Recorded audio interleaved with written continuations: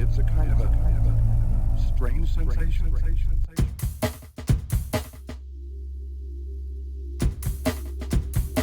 The only way to the other side is through the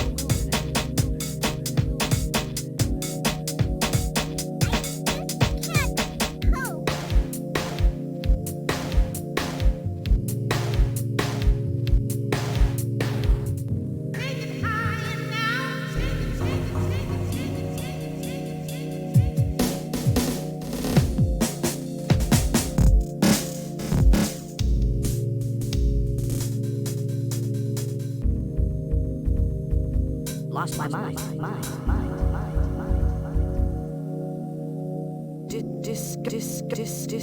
Discover the wonder.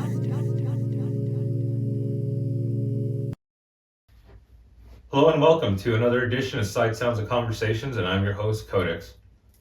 On today's edition, just like every edition, we bring you the best in music, art, animation, fashion, interviews, and this edition in particular is one that I felt the form of kinship with, if you will.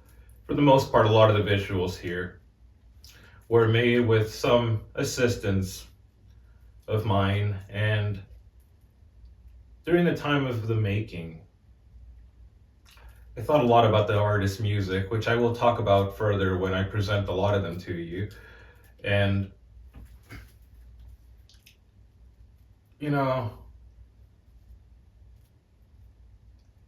the changing world is something that can't be ignored. And that's not even to try to be cheeky or trying to come off as anything besides it's true, whether it be in matters of working, finances, shelter, global, geopolitical, anything of that sort. It seems that things have really come further to a head in a lot of different facets. Throughout this edition, in particular, we want to dedicate this to the people of Palestine. We want to dedicate this episode to anybody that's basically have recently gotten laid off of their work, people that are on the verge of just straight out homelessness or have some uncertainty about their housing situation. All of these things have been just situations and matters that throughout the making of the show, and the reason of why, not an excuse or justification as to it took a little longer, as again, usual comes with our show, has been, having to work with a lot of people and people that weren't even able to be on this episode.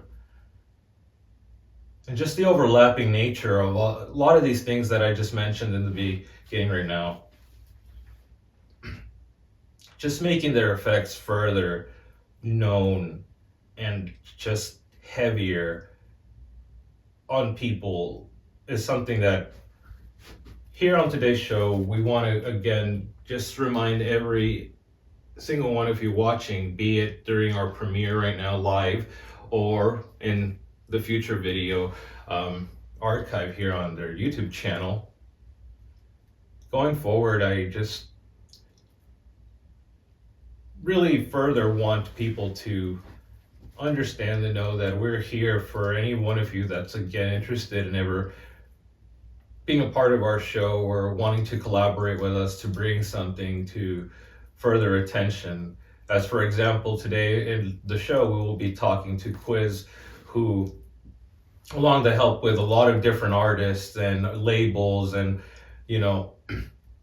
promoters, managed to put together an amazing fundraiser to bring not just awareness, but also some aid to the children in Palestine. And that is just something that, is not only inspiring, but is also something that further makes us here on the show think about how much not only is it good and it's necessary that we continue to help one another, but also to speak up in matters, whatever they may be. Again, what is affecting you is also affecting hundreds, thousands, millions, or billions of others. And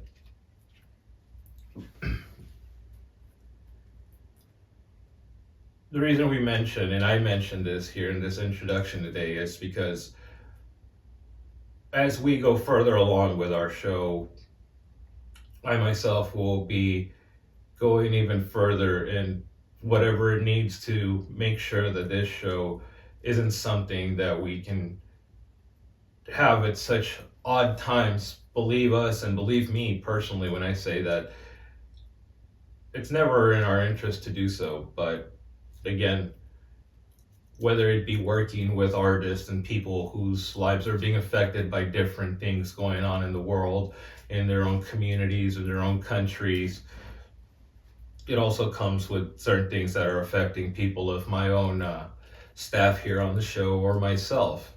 And without needing to get into very thorough specifics that would come off as some form of, you know, plea or some form of get out your violins for us here. We just want to basically sum this all up here to say that we really want any of you that are watching, again, whether it be during a live showing of this or just later on, whether it be a couple of days, couple months, or even years that, you know, you come across this. If, you know, you're struggling in any way, just understand and know that, you know, there's a lot of people that can relate to you. And as bleak as things may seem, there's never a reason to outright and entirely give up on yourself, your opportunities, your chances, and most importantly of all, the people around you, your family, your friends, and even those in your community and those that you've met, you know, as friends, acquaintances. And again, I just mentioned that because things have gotten, to say they've gone out of hand would be putting it over lightly and undermining a lot of different things, which is, again, why we also wanted to do this introduction, because later on during the show, which will be the centerpiece of this episode, during our interview with Quiz, we will be talking about a lot of different things, not just only relating to the issue in Palestine, but also certain things relating to, again, the community, whether it be in the art space or just in the general physical sense, or the fact of the self. Just know and be aware that, again, you're not entirely and will never be alone, as much as one may feel. Trust me, as a person that suffers from major depressive disorder, sometimes things are easier said than done. I know that for more than a fact. But even with any of those obstacles ahead, there's no need to outright throw in the towel for. And so as long as you breathe, and especially if anybody that is watching, again, has cared about things that have been going on for people in the world, you know, things in Palestine, again, the homelessness issue that is only continuing to rise more, a lot of the troubles ongoing when it comes to the financial inequity in all different forms and levels. There's not any, and there shouldn't be just one perceived notion of one group or level of people on any particular socioeconomic level. And I am saying this more comfortably now because as a person that lives in this country, that is the United States of America, currently not necessarily in a favorable light globally, the thing that's more important for me to also want to, again, relate back as you watch this, wherever you may be living, if it's not in the United States, is that things are not really that hot in a lot of other countries as well when it relates to a lot of different things, whether it be politically, economically, and a lot of different things. And the reason I mention this is because there are different forces, powers, groups, and interests that are trying and working as hard to move the goalpost or the view of where the problem and the trouble really arises and comes from. And without being too cryptic, that is more so said so people can just try to think, well, how does that apply to whatever I may see as that kind of force, if at all? And without getting much more preachy or lecture like, I just wanted to again really close this introduction here by just saying have fun in this troubled times. And I know this is not even a thing that, you know,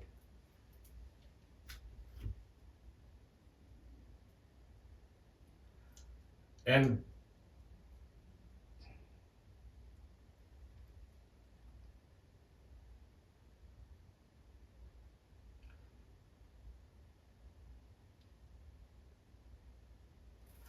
it's just a matter of understanding that okay, if you're a person that is watching and likes a lot of various types of music, which if you're watching this show, we're assuming you are. If you like old school hip hop, which I guess is the proper definition nowadays, and you happen to be a fan of both the Beastie Boys and Public Enemy, there's been a saying for, I think I've been hearing it for about the last 10 to 15 years, which refers to the idea that, are you gonna fight for your right to party, or are you gonna party for your right to fight, kind of thing? And we here in Sight Sounds and Conversations would just like to say that this is one occasion where we'd like to be in the middle, at least ourselves, and we think that the mission for us when it comes to anybody watching is for you also to be in the middle. Fight for your right to party, but also party for your right to fight. And yeah, if you're able to watch this and you're able to create and make art, try to make the most of it and really continue to push whatever it is that makes you want to create and make art. Please do not misinterpret and misthink that because times are bleak. Again, you're watching, you're able to have the opportunity. If you make art, if you want to make art, just fucking do it. That's basically what we're getting along and down to the line of saying. And with that, we just want you to enjoy the show. Relax wherever you are, whatever you're doing. I know some people sometimes tend to watch at work, some people watch while they sleep, and some of you that just watch while you're lounging around and about, well, hopefully you're doing some other fun stuff while you're watching us. With all that, we'll be right back. Thank you.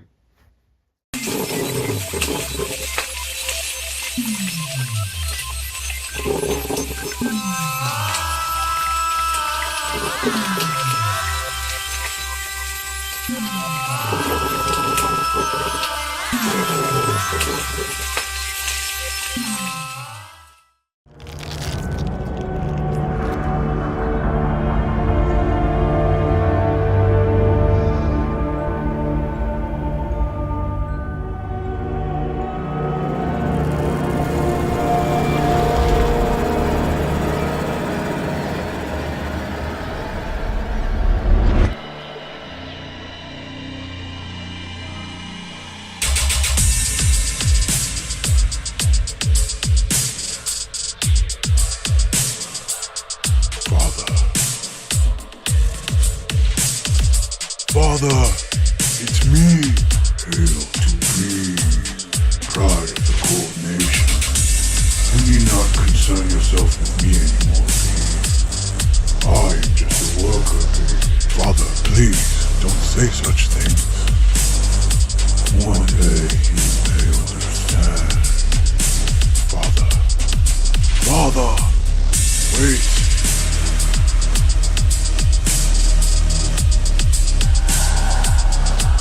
Show me of your sword. The path of the sword is the way of the sword. Show me of your sword. This sword is everything to me. Its capabilities are my sustenance. I have sacrificed everything to its power. My intentions were never pure, but I am being. It is a good sword, son of worker bee. Tell me, does it float? Do you?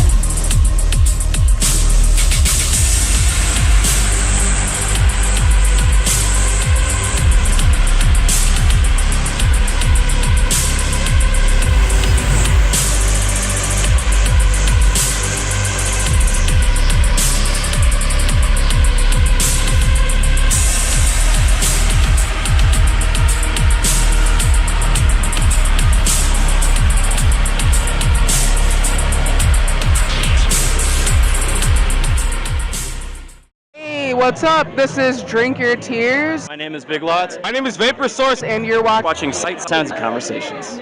with Codex Encyclopedia. Watch it. Hello and welcome back.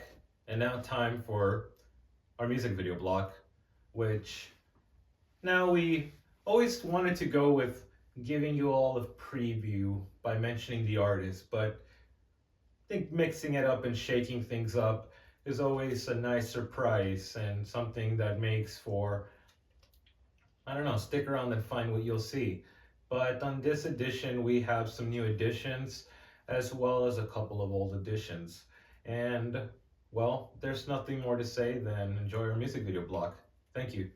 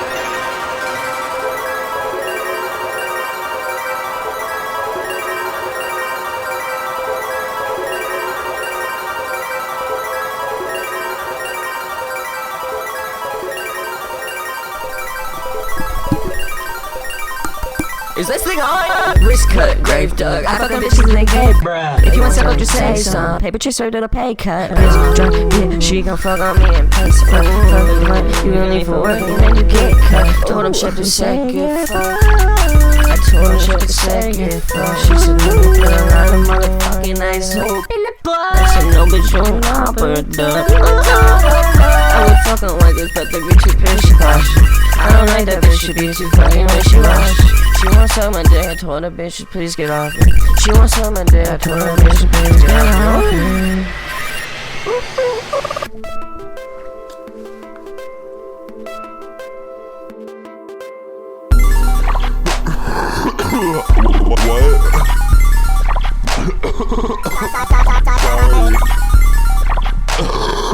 I think I got it. Illness.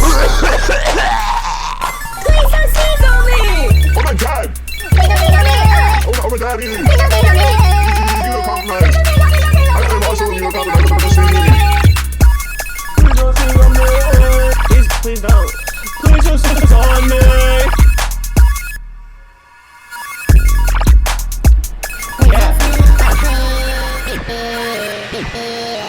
White queen, muscle white sea. I could never catch infection on my pee.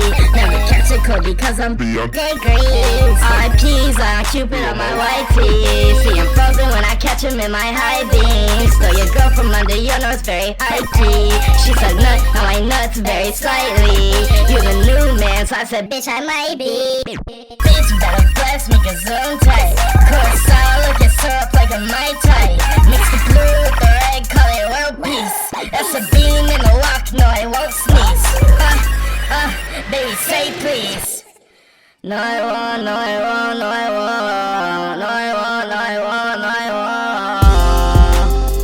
No I won't, no I won't, no I won't, no I won't ever do that again. No I won't, no I won't, no I won't. No I won't, no I won't, no I won't ever do that again. Fucking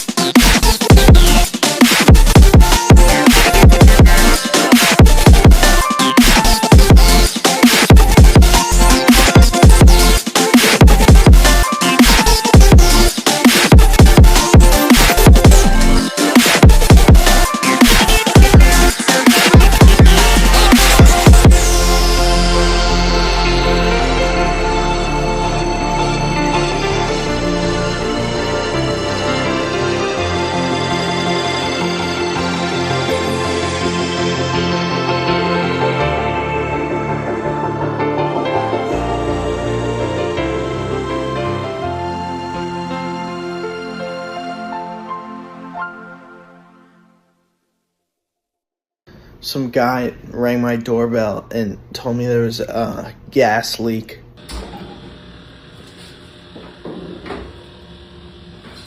Oh.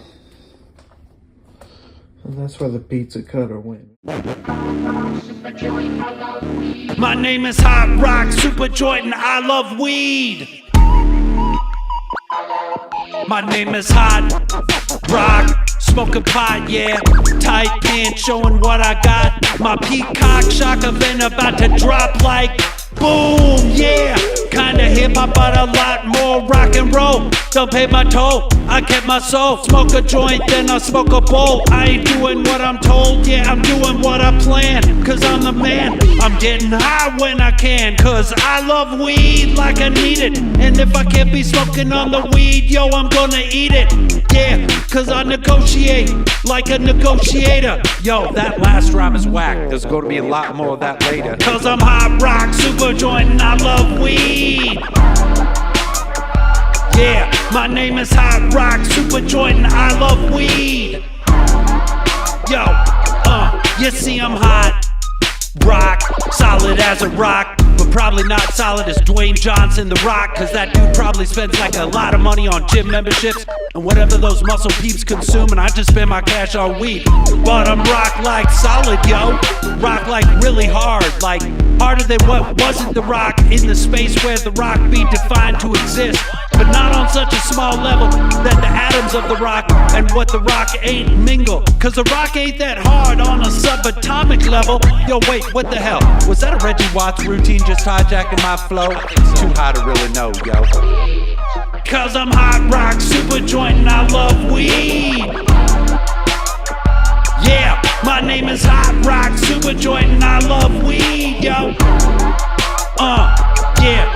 DJ Swampy on the scratch, we lit up, now we got tracks. Weed rhymes over wick, whack, blip, blap, vocoder, kick, snare, and hi-hat. Yeah, I recorded his tracks up with the iPad. Smoking joints rolled using the whiz pack. Filter like a W in the joint bag. WB for weed, cause I love that. Hot Rock Super Joint and I love weed. Yeah, my name is Hot Rock Super Joint and I love weed, yo. Yo man, I'm Hot Rock Super Joint and I love weed. Yeah, my name is Hot Rock Super Joint and I love weed.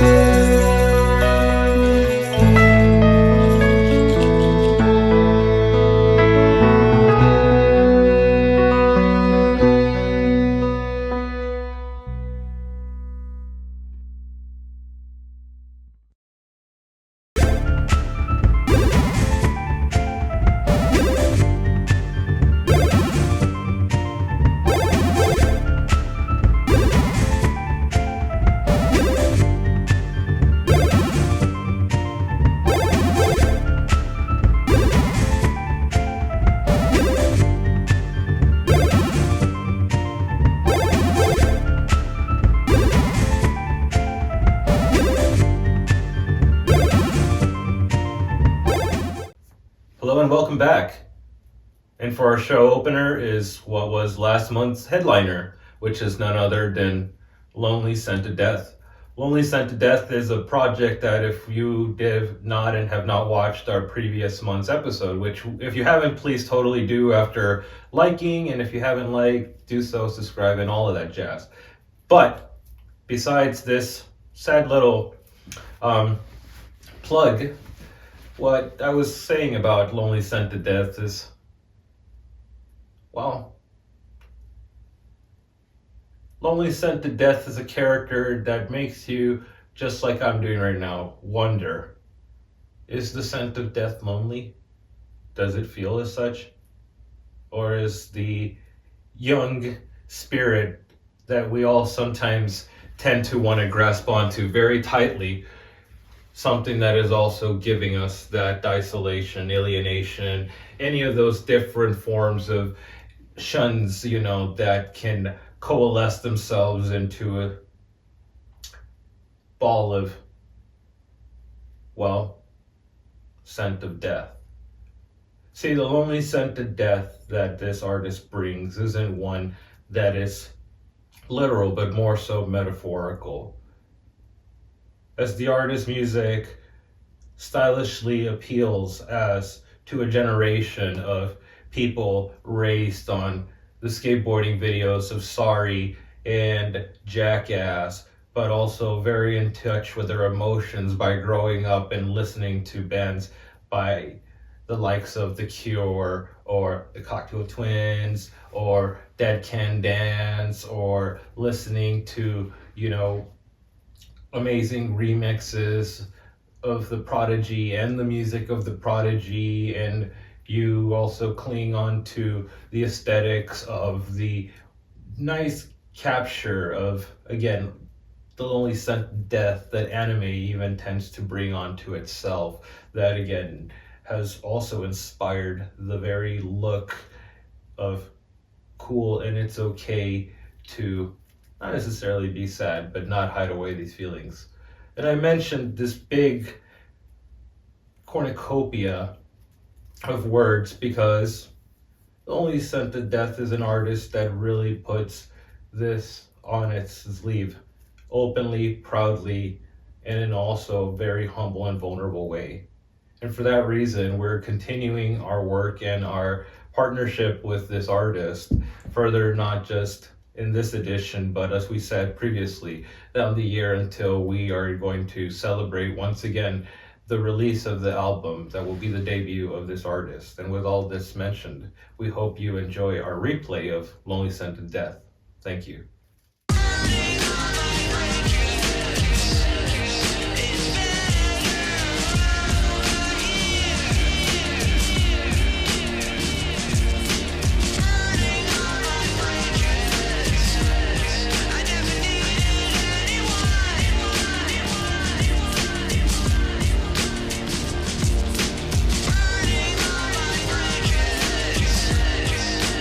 Getting through life because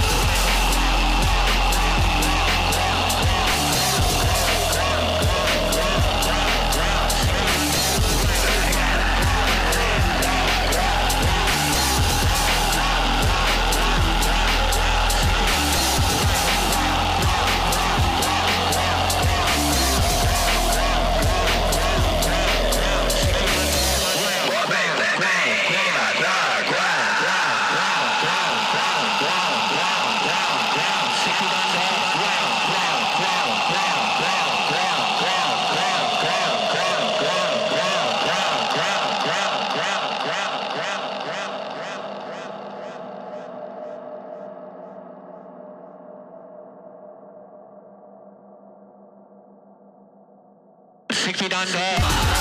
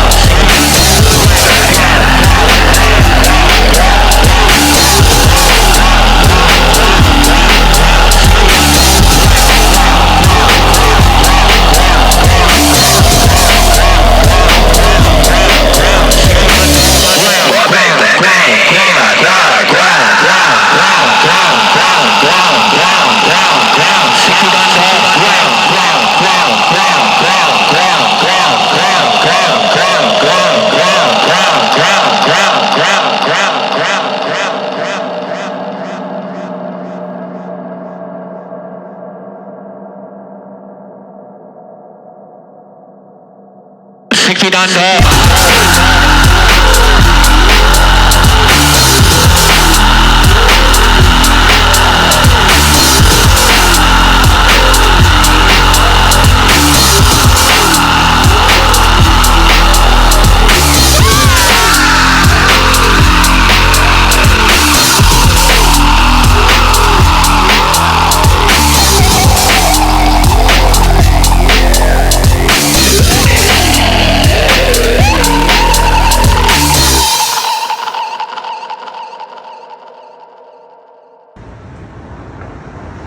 Let me know when.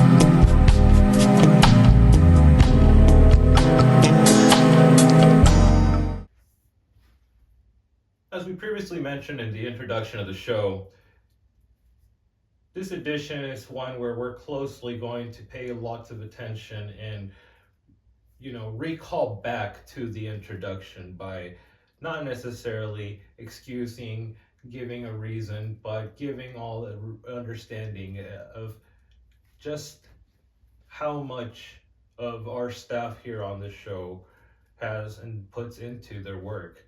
For any of you that have watched our show, we tend to have, and we've been having an art gallery be a part of our show for quite some time now. And our co-creator, head of animation, always in the room, has been not only an extraordinary and a necessary part of this here show, and not just what would they do with the art gallery, but also being able to provide today's animation epic, which is 35 minutes long, Legacy of B, an animation that continues to carry the torch of the type of animation that we've carried here on Sight Sounds and Conversation, as well as seeing eye to eye with the type of animation that a lot of us here on the show grew up with and learned to, again, relax and have a bit more fun, while again 20 years ago things that were starting to show the beginnings of what we're now again seeing a lot more effect on an extraordinary level. Late night, for example, for me, 12, 13 years old, watching Adult Swim, early 2002, 2003, watching The Brack Show, watching the early seasons of Aqua Teen Hunger Force, Sea Lab 2021, Mission Hill. These were things that, for me, spoke a lot. And also,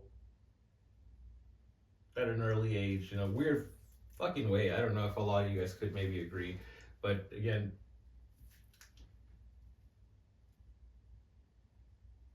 learn to say that, well, enjoy what you're currently doing. And that spirit is something that a lot of these animators and animations that we've been so lucky and thankful to have had in our show, whether again it's been the work of Umami, PD and Pyle with Bronco Studios and what they do, a lot of all the different animations that we've had throughout the years on this show, they carry a very amazing thing. And with that mentioned, going back to our co-creator, I just wanted to say that again, our gallery will be returning and we will be having them in our upcoming shows, but this edition, this will be what we would have had if we would have had an art gallery. And I just wanted to go ahead and thank Always in the Room for being able to have the time and being able to get this animation for us, and for all the work that they continue to do. And we look forward to having a great art gallery from them in our upcoming editions. And with that, we hope you enjoy this. Thank you.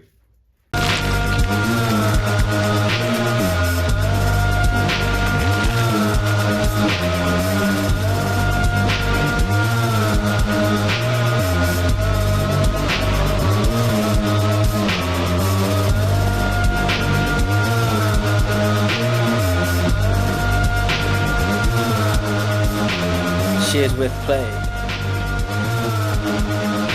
It is a celebration. Son of worker bee, what do you seek? The conduit of venenum. I seek the ancient weapon. The weapon is truth. To see the truth, you must drink. This is the most potent blood of all human prophets. You must drink the super joint of hot rock. Know this, bee. If you hide something, even from yourself, you will die.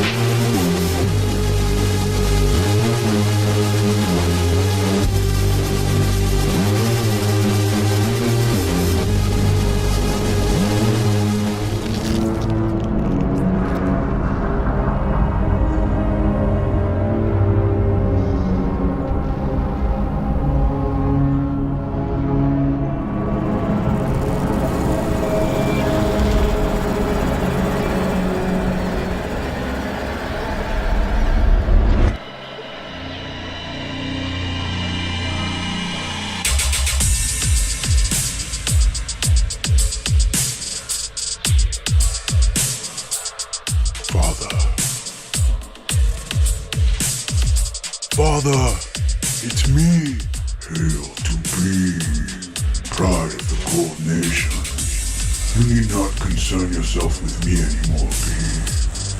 I am just a worker, B. Father, please, don't say such things. One day you may understand. Father. Father! Wait!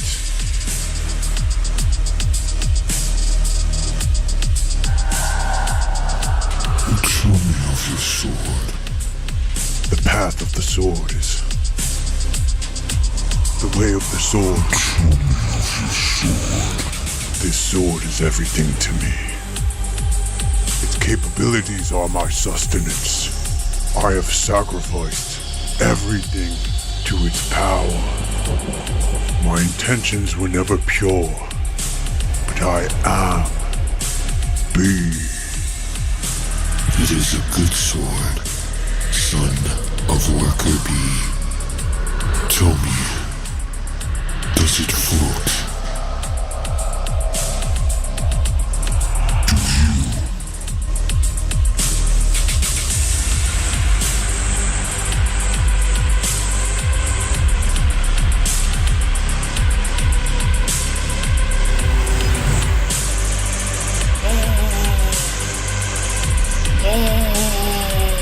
My queen. Forgive me. No.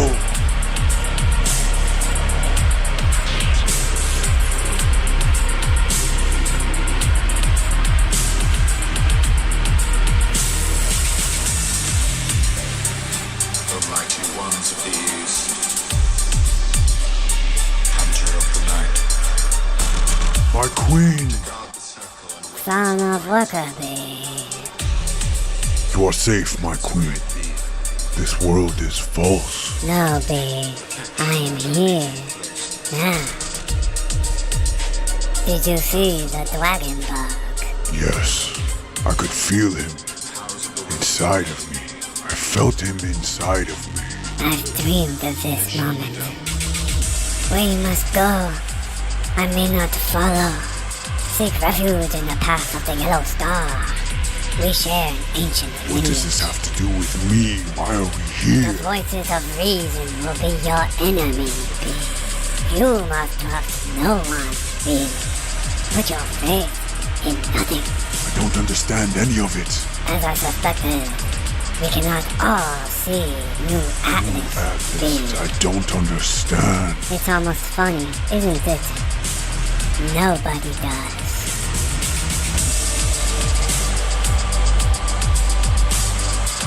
Let the circle be cast.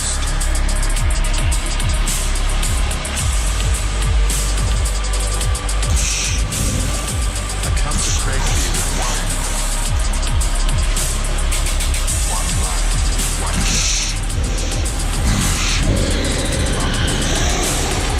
I don't understand. I don't understand. What does any of this mean? hail and farewell. I don't understand.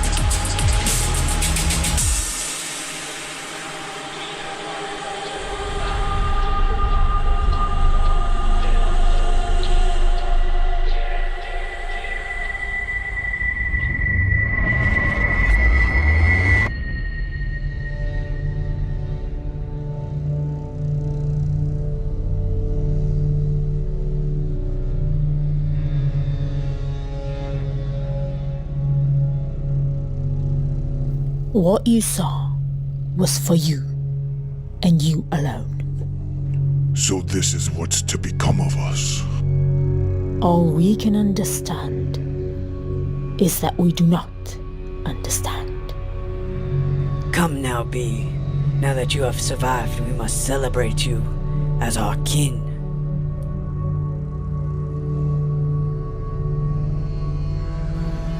Blood Mother, wait.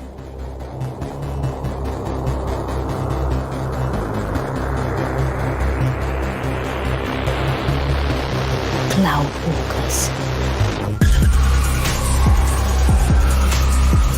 Gather the women and children. We will rendezvous at the base of the tree and move south. I cannot. I must reach Gold Nation before the second wave of rain falls. I wish to accompany the hero. That's tricky. As champion hunter, that is your right. Come, I will perform the blessing.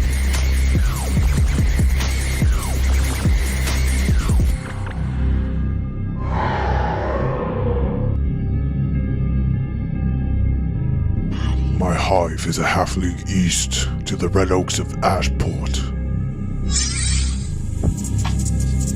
Will we survive the journey before the storm?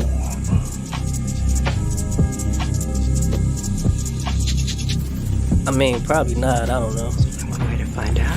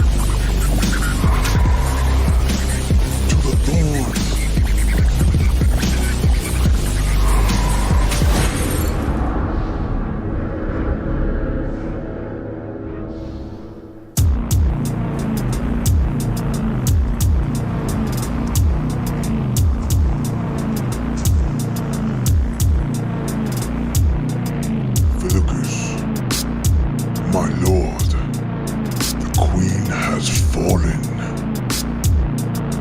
The drones are in mourning.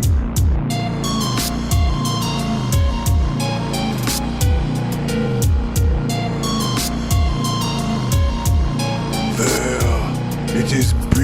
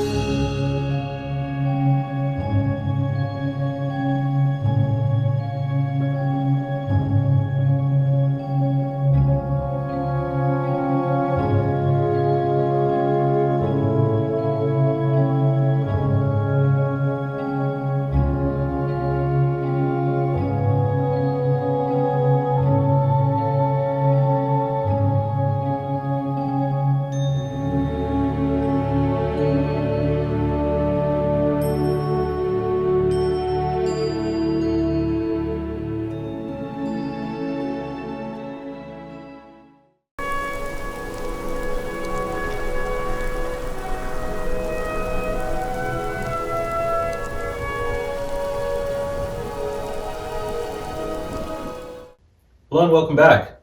And now time for Desert Dream Collective, who are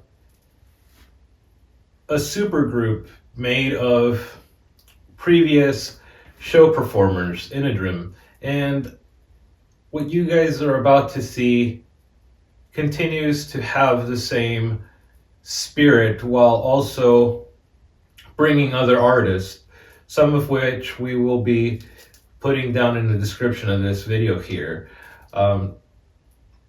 But this performance here is something that we continue to just find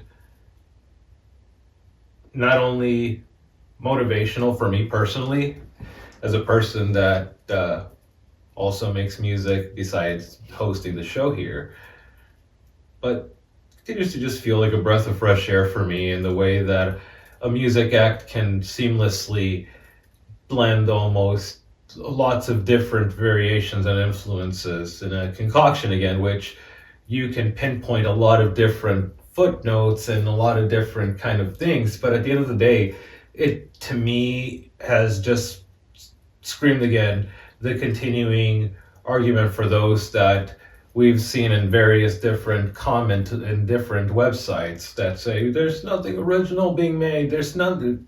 Really? Desert Dream Collective? Check it out.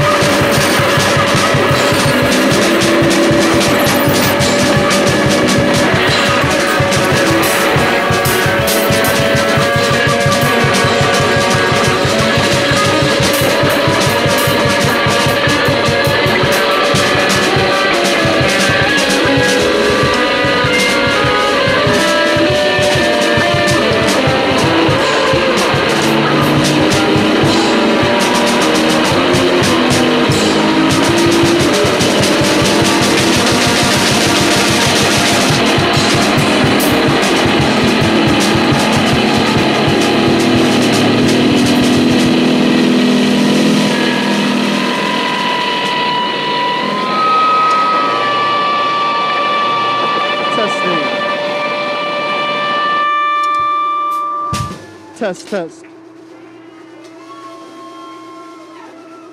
Can you hear me? Can someone raise their hand if they can hear me? Can nobody hear me then? Testing. Is there anything?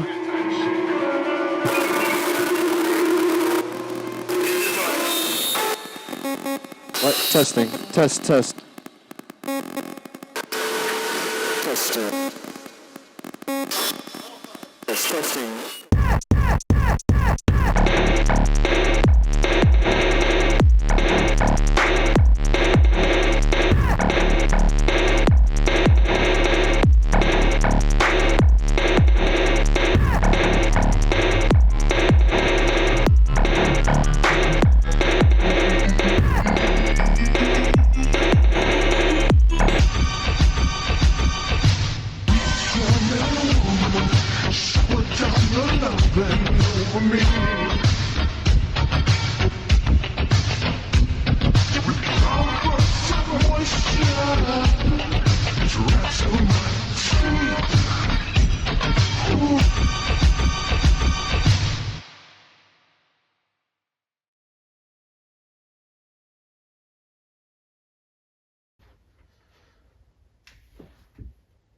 Hello and welcome back.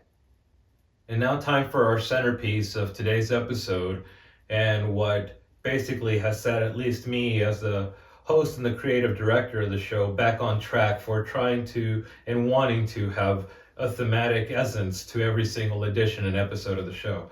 And what I mean by that, now I'll further elaborate when regards to those of you that watched the introduction of this show. Our interview today with Quiz is something that in the beginning, before I even hit record, before I even got in touch with Quiz, as a person that has always held the utmost respect and love for this entire vaporwave community in different variations and for different reasons, the person that we'll be speaking to today, for those that have not, has been somebody who we've had on our previous edition before. And to me, this individual is a person that really encapsulates what I feel that people that, at least for myself, I think we should strive to. And this is by no means trying to and wanting to say that this person is perfect or anything of this nature. But the more important thing is, for those that have not, in the previous editions of the show with our interview with Quiz, my interest, and the reason I say this before really getting into the interview itself as far as an introduction, was somebody that I had the pleasure and the honor of meeting during my last Electronicon attendance. And I really, I'm a person that growing up when I was in college, I was going to school for journalism and anthropology, and to go places as somebody that first and foremost, before wanting to be a journalist, but more so a writer, to meet another person that I feel really takes in the moment in a way that is not entirely just for the self, but wanting to share along with others, is something that I feel is one of the most important things that this person we're going to be speaking to today really encapsulates well. And I mention that because in this interview, before going into this, again, and having even reached out, one of the things that with all this I mentioned was the fact that, I met this person, was really excited. He talked to me about, oh, this is just, and he could correct me if I'm wrong in another future episode, because I know we'll have this person back more going on. But with Quiz, having met him and being like, yeah, this is one of the really big festivals in regards to Vaporwave that I've attended, and I'm meeting on some of these people, and just from going to that to really putting something together, such as the Vaporwave fundraiser that was had in April. It was just something that, again, and I'm sorry if my time is now all wrong. It's just something that as I'm doing this introduction, I would be a liar if I said I haven't redone this a couple times, because the emotion and just the weight of being able to tell a lot of you watching this before the interview that, you know, being vulnerable and being open while also being open to whatever opportunity you may have in whatever format is something that's important. And I hope that in this interview, in its entirety, you will all not take anything from it. If anything, I hope that in this following interview, you can all take the importance of just speaking up for what you feel is right and what you believe in, despite whatever the criticism and whatever the question or anything may be. If you feel that, again, like I said in the introduction, if something is really heavy for you, notice and take a look that more than likely it's also heavy and big for somebody else, and something that there's relatability in a lot of in different things. We are not an individualistic force or an island, as some other people like to say by metaphor. And we are really thankful that we had somebody like Quiz to have inspired this entire episode, and just wanting to really have this again be centerpieced around a lot of different artists that in all their different ways and formats, they bring about that pure, raw vulnerability to speak up and express themselves. And I say that with a short laugh, because I also include our animations in all this. It takes a lot of fucking guts to be able to get up, make something, not know whether or what is going to be the takeoff. And you all see during the interview why I mentioned this. But despite whatever that may be, just do it if you can and if you want, and if you have to push yourself, then do so. And with that, we hope you enjoy our interview. And welcome to our interview for today's edition of Sights, Sounds, and Conversations. And who will we be talking to today? Well, it's none other than our past interviewee, who is well known by everyone in this community by Quiz.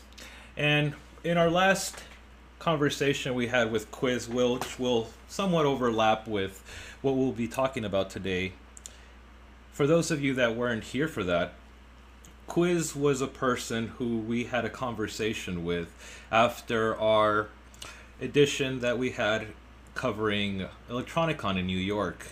And during that, we wanted to really spotlight through our conversation with Quiz in regards towards the ability of the self. And when we say the self, it's not to necessarily get really Jungian here, but it's more so to, again, put an emphasis on the power of one's own self and your own ability and will. When we talked to Quiz in our first interview, we really wanted, again, to spotlight how much of one's own will to get themselves involved into something, as much as like a music community, a creative scene, and everything can be not only fun, rewarding, but it can make for a lot of new experiences with friends and people. The reason I mention all that today, because as you see here on the screen as well, there is a poster for the recent event that happened on the 27th of April, which was Vaporade. And this event, through the power and the, I can't say it any better, the overall good spirit of Quiz and the people at Hot Takes, B-Fan. There was just so many names that I'll have Quiz also bring up, but as well as the artists that are placed here on this poster that really joined forces for a cause that, well, really needs no words besides, again, knowing and understanding that our fellow man, sister, everybody that, again, deserves just utter respect and love like we all deserve here on this world.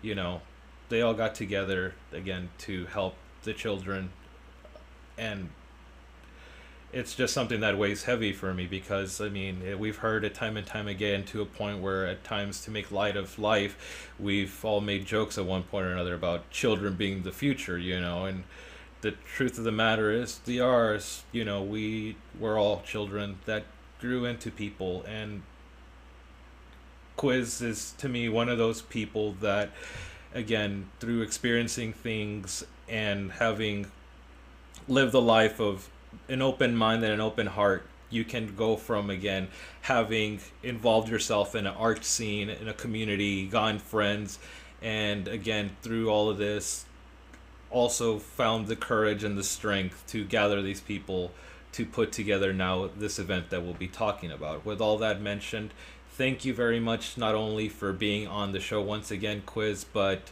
for having put this amazing event together. I'm gonna let you just have a moment to say whatever it is you want to say before we start with our interview here. Yeah, thank you. I mean, first off, thank you so much for having me on here. I mean, it'll never not be an honor to be, interviewed by you or to be on this show. When I, as we talked about the first time, I watched that Sight Sound the Conversations, and I thought, like, damn, one day I'll do something worthy of being featured or being interviewed on there. And so it's beyond my even expectation or dream that I would be featured not once but twice. And I just have to say, the Vaporade event was it really felt like something special. I hope it felt like that to other people as well.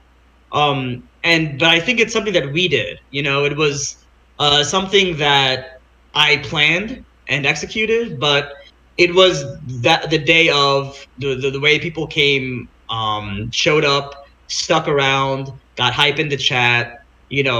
On every, I can say I did everything by myself, but it's like, I had, my friends, picked up food for me, like my partner, like made sure I was hydrated, like, you know what I mean?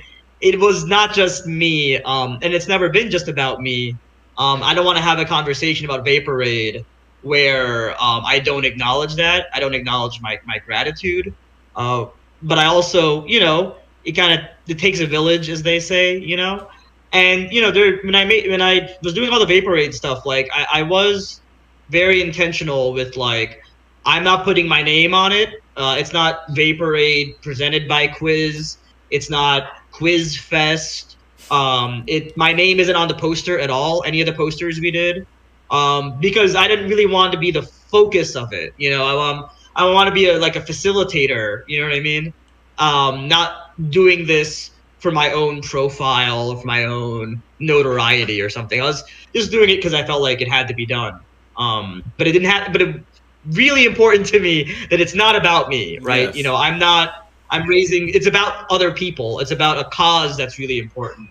It's not about me. So I tried to kind of, stay a little bit under the radar and not, plaster my name everywhere and make it about me. Because again, that's never been what it was supposed to be.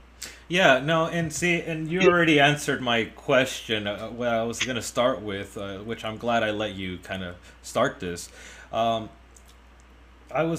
had to, again, ask a couple people around, just really, like, even lurk, might I say, on other people's pages, trying to really figure out, like, where was the spark to this? Who was the spark to this? And, having come and find out. Go ahead. I actually do have an answer to that. That is a very specific sparked that, which is not me, actually. So I don't want to. I'll let you finish, but I will answer that. With what you're about to answer, I had people respond and say, "Oh, Quiz reached out," or somebody was telling me that Quiz was getting this, and I just again found a lot of what you're saying to be some of the thoughts that I was having. This is obviously a person who understands the overall of us, and I started by mentioning a lot of the self because again, no pun intended, not trying to be cutesy here with my vocabulary, but it takes a really selfless person, which is again ironic to talk about the self so much, in order to be able to again put something and put people together, especially again during a time in which we were talking before our interview, where persecution and the guilt that one's own self internalizes before things even start to being enacted is something that just not only bewilders me but concerns me at times. And to have people like yourself that again still will push and be able to pull through with some of these things is something that I feel again needs a lot of more recognition. And I know it might be a little bit now somewhat ironic that you were trying to steer kind of somewhat clear of having somewhat of the spotlight, but even with that I do think that it is appropriate and it would be good for at least people to see you getting some form of flowers, in that regard, if you will. But before you answer what you're going to say, I am going to say with that along though,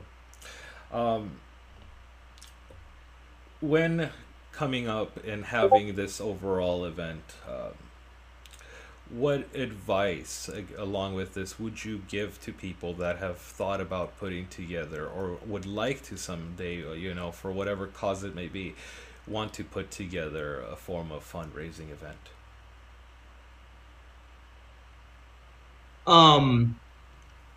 Yeah, that's a good question. Again, this is my first event.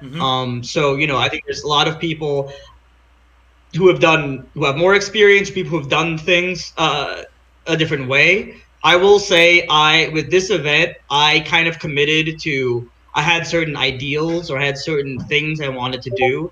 Like I was determined to do it my way, not compromise on that.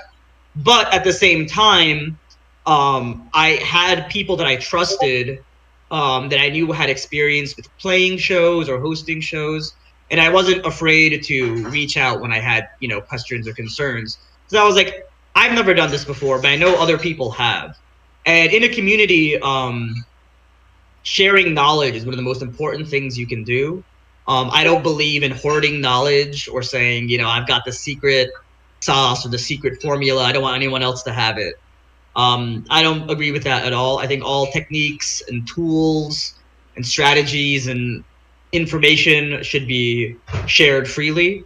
But at the same time, an event like this cannot happen if you're constantly asking other people what to do. Hey, should I do this? Should I do that? At a certain point, you do have to sit down and say, okay, this is what we're doing.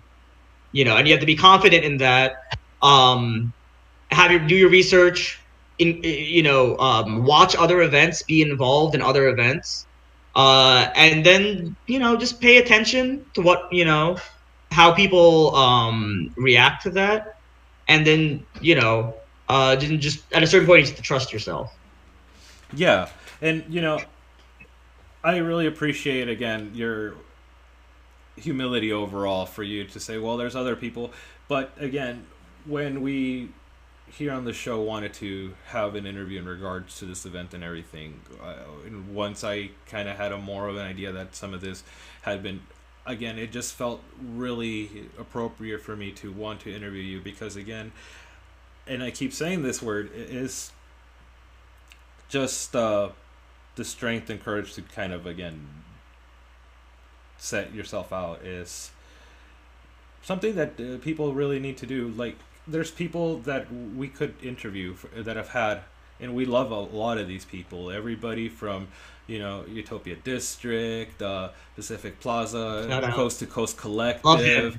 Collective. There's all of these people, Hot Takes, and there's this experience that they've already had. They've had amazing, events, but again, you yourself, that we had in the beginning of the, well, sorry, let me just go back here. You're somebody that we've had in the past in representation of being like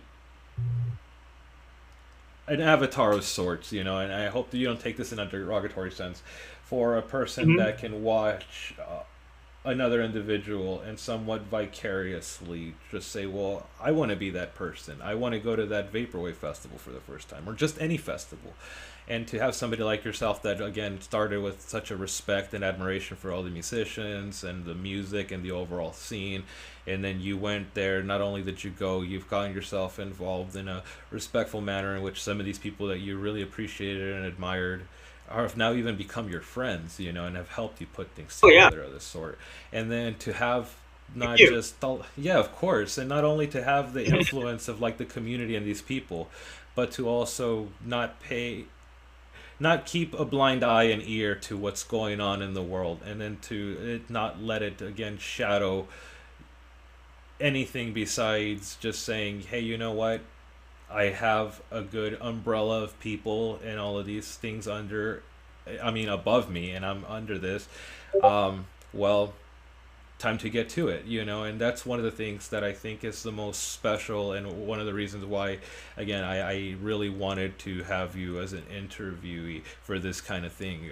You started again as a fan, listener, everything, then you started putting events. It was your first one, like you've mentioned, and I think that's the kind of raw edge that a lot of people should not strive to experience or hear, but try to just at least see, so they can have their own influence or inspiration, be it from you or what you're doing, but just know that there's others like that. I think right now we're in a specific time in which a lot of cynicism prevails, in the way that people think that even if somebody's done something or a self-starter, it's always been because of some form of like advantage of sorts and things. And I'm not denying that that may be the case, but at the same time, there's a lot more people that I like to think of just as like yourself, that spend times, years, days, appreciating things and are paying attention to the world around them, and can understand that through the self, and all of these things,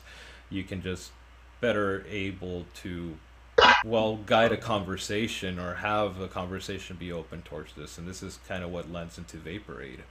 Now, when now when putting together this event, how in the lineup, you have quite an expansive name of different sounds within the Vaporwave genre, and also different levels, I would say, all of them now pretty well known, but just seeing some that have been really long time players here, maybe we could even say within, getting called forefathers, like, St. Pepsi and and then having people like, well, just like, let's put iClick for example. These are just people that, again, within the COVID time, they were already making music and doing stuff before, but just like COVID really just seemed to like set a flame in these guys to where, they've been releasing albums and doing things. But the reason I mention all this is, when putting an event together like this, what were you all able to, as the organizers, do to not feel so, well, what would be the right way to say this? These are all artists that have, when this was being put together, were either working on albums, were either doing other things. Some of them were even touring and stuff. So, the cause is good and everything. But for you yourself as a person who organized this, if you had any form of hesitance or reluctance, what would you tell anybody in regards to not feeling so, well, hesitant about reaching out towards people because you yourself have been friends with a lot of these people and have known them. Oh yeah. But say somebody for the first time ever, that has been looking, has been an observer, and would like to maybe reach out to put to something together. What kind of advice would you give towards people to reach out to these artists? And I'm not saying these artists precise, but just artists in general. I feel like I'm torn because I could give you like the short answer or the long answer. And the long answer involves like kind of telling the story of how Vaporwave started in the first place. Okay. So if you don't mind, maybe this might be a good time to kind of tell that story. And I think it might kind of give some context as to how this all ended up kind of playing out. Well, please do. Does that make sense? All right. Right on. So yeah. So let's see, not that long ago. So like we're talking like March, early March, maybe end of February. I am in a. I hope they're okay with me saying this. I was in a Discord server with Fighting Island, PJ Rourke, who opened Vaporwave, and they were really frustrated, and they said, man, the vaporwave scene is doing nothing about Palestine, and it is really bumming me out. And my first reaction to that was kind of get defensive, like, oh, well, I mean, I have so much stuff going on right now, and times are tough, and we're stressed out, and, all this kind of stuff. And first off, I had to kind of like be like, whoa, that, that's not what they were saying, first off. Yeah. But you know what? I came at this defensively, and I don't know why I did that. Let me actually sit down and think about what they're saying. Like, yeah, it's weird that we have a culture or a tradition of throwing URL shows for charity, and a lot of times it's for something that is tied to current events, like the Sanctuary event that was, hosted by Crystal Eternal, which was, to benefit Trans Ohio, because Ohio specifically had been passing a lot of anti-trans legislation. And I was kind of thinking about this, like, yeah, it is true. This is something that would be the perfect fit for a stream, a URL stream, but nobody is doing it. And frankly, like, not everyone is really talking about it either. And my first thought was, well, maybe it's opening a can of worms. People are not really, they maybe don't know all the details. They're afraid of misspeaking, or they're afraid of, being taken in bad faith, and having an opinion on this issue. And all these sort of like what ifs happened in my head. And I just kind of thought, and I had a moment where I was like, you know what? They're right. PJ is totally right. Nobody is doing anything about Palestine, and they should. You know what? And I don't mind if I have, like, I don't mind if somebody wants to criticize me for doing that. I don't mind if somebody tries to call me out or start a fight with me or something over my advocacy for the Palestinian people. Like, I don't care. Like, I'm anonymous, in this scene. You know what my face is. You don't know what my name is. There's not enough information out there for people to dox me. I mean, knock on wood, I guess. But, I actually feel like I'm not afraid of it. I don't think people could come and, like, try to get me in trouble with my job or something. Maybe people have these concerns. I don't know. But I could do something. And the fact that I could do something and I haven't done something, yeah, that's actually, like, that's true. That's wrong. I don't know, like, maybe I was waiting for a sign, and maybe this is the sign. What could be better than for my friend to say, I think the vaporwave scene needs to support Palestine more, and to say, you know what? I'm with you. I agree. Let's make it happen.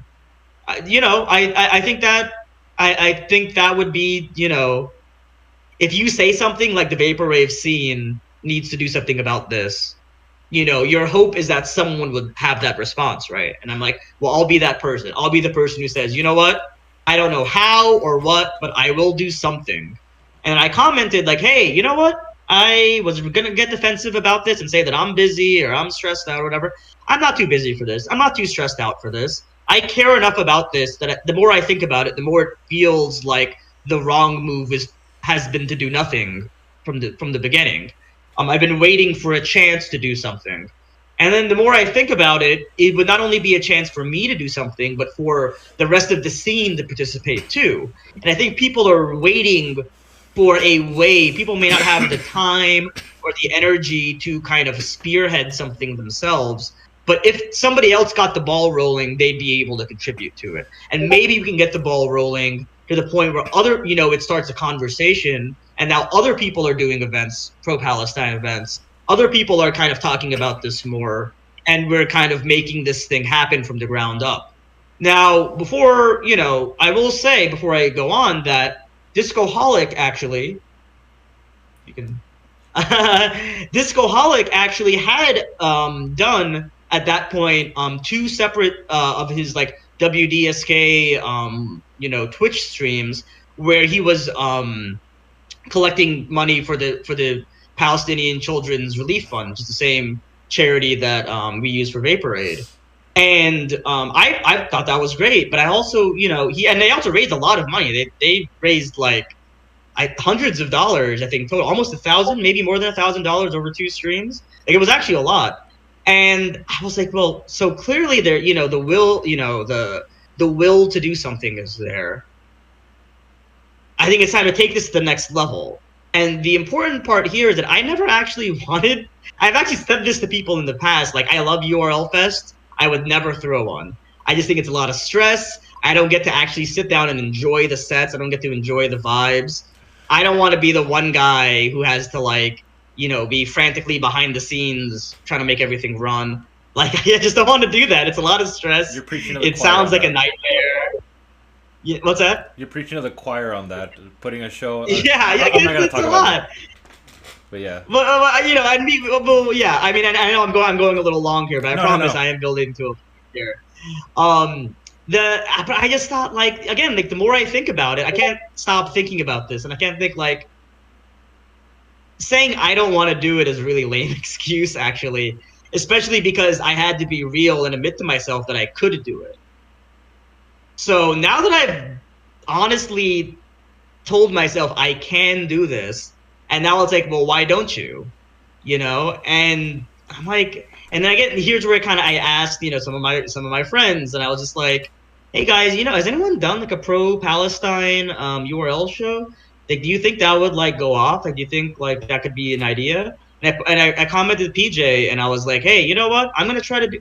Maybe someone should do a URL festival that benefits Palestine. I'm gonna, maybe somebody else will want to host it, or someone else will want to be involved somehow. And then I kind of thought I am not gonna pass the buck on this because I do care very deeply about it. I don't want somebody to be involved or in charge of this thing who's going to say, ooh, URL show for charity. Now, I come from the punk scene in Philly, and I got to be honest with you, it is a known thing that show promoters love to just stick on the name of a charity onto their shows because it brings more people in. They usually get to use a venue for free if it's for a charity. And, a lot of times they pocket some of the proceeds, too. So I was like, I've seen this happen. I know the people in the scene, in the Philly punk scene who do this. So I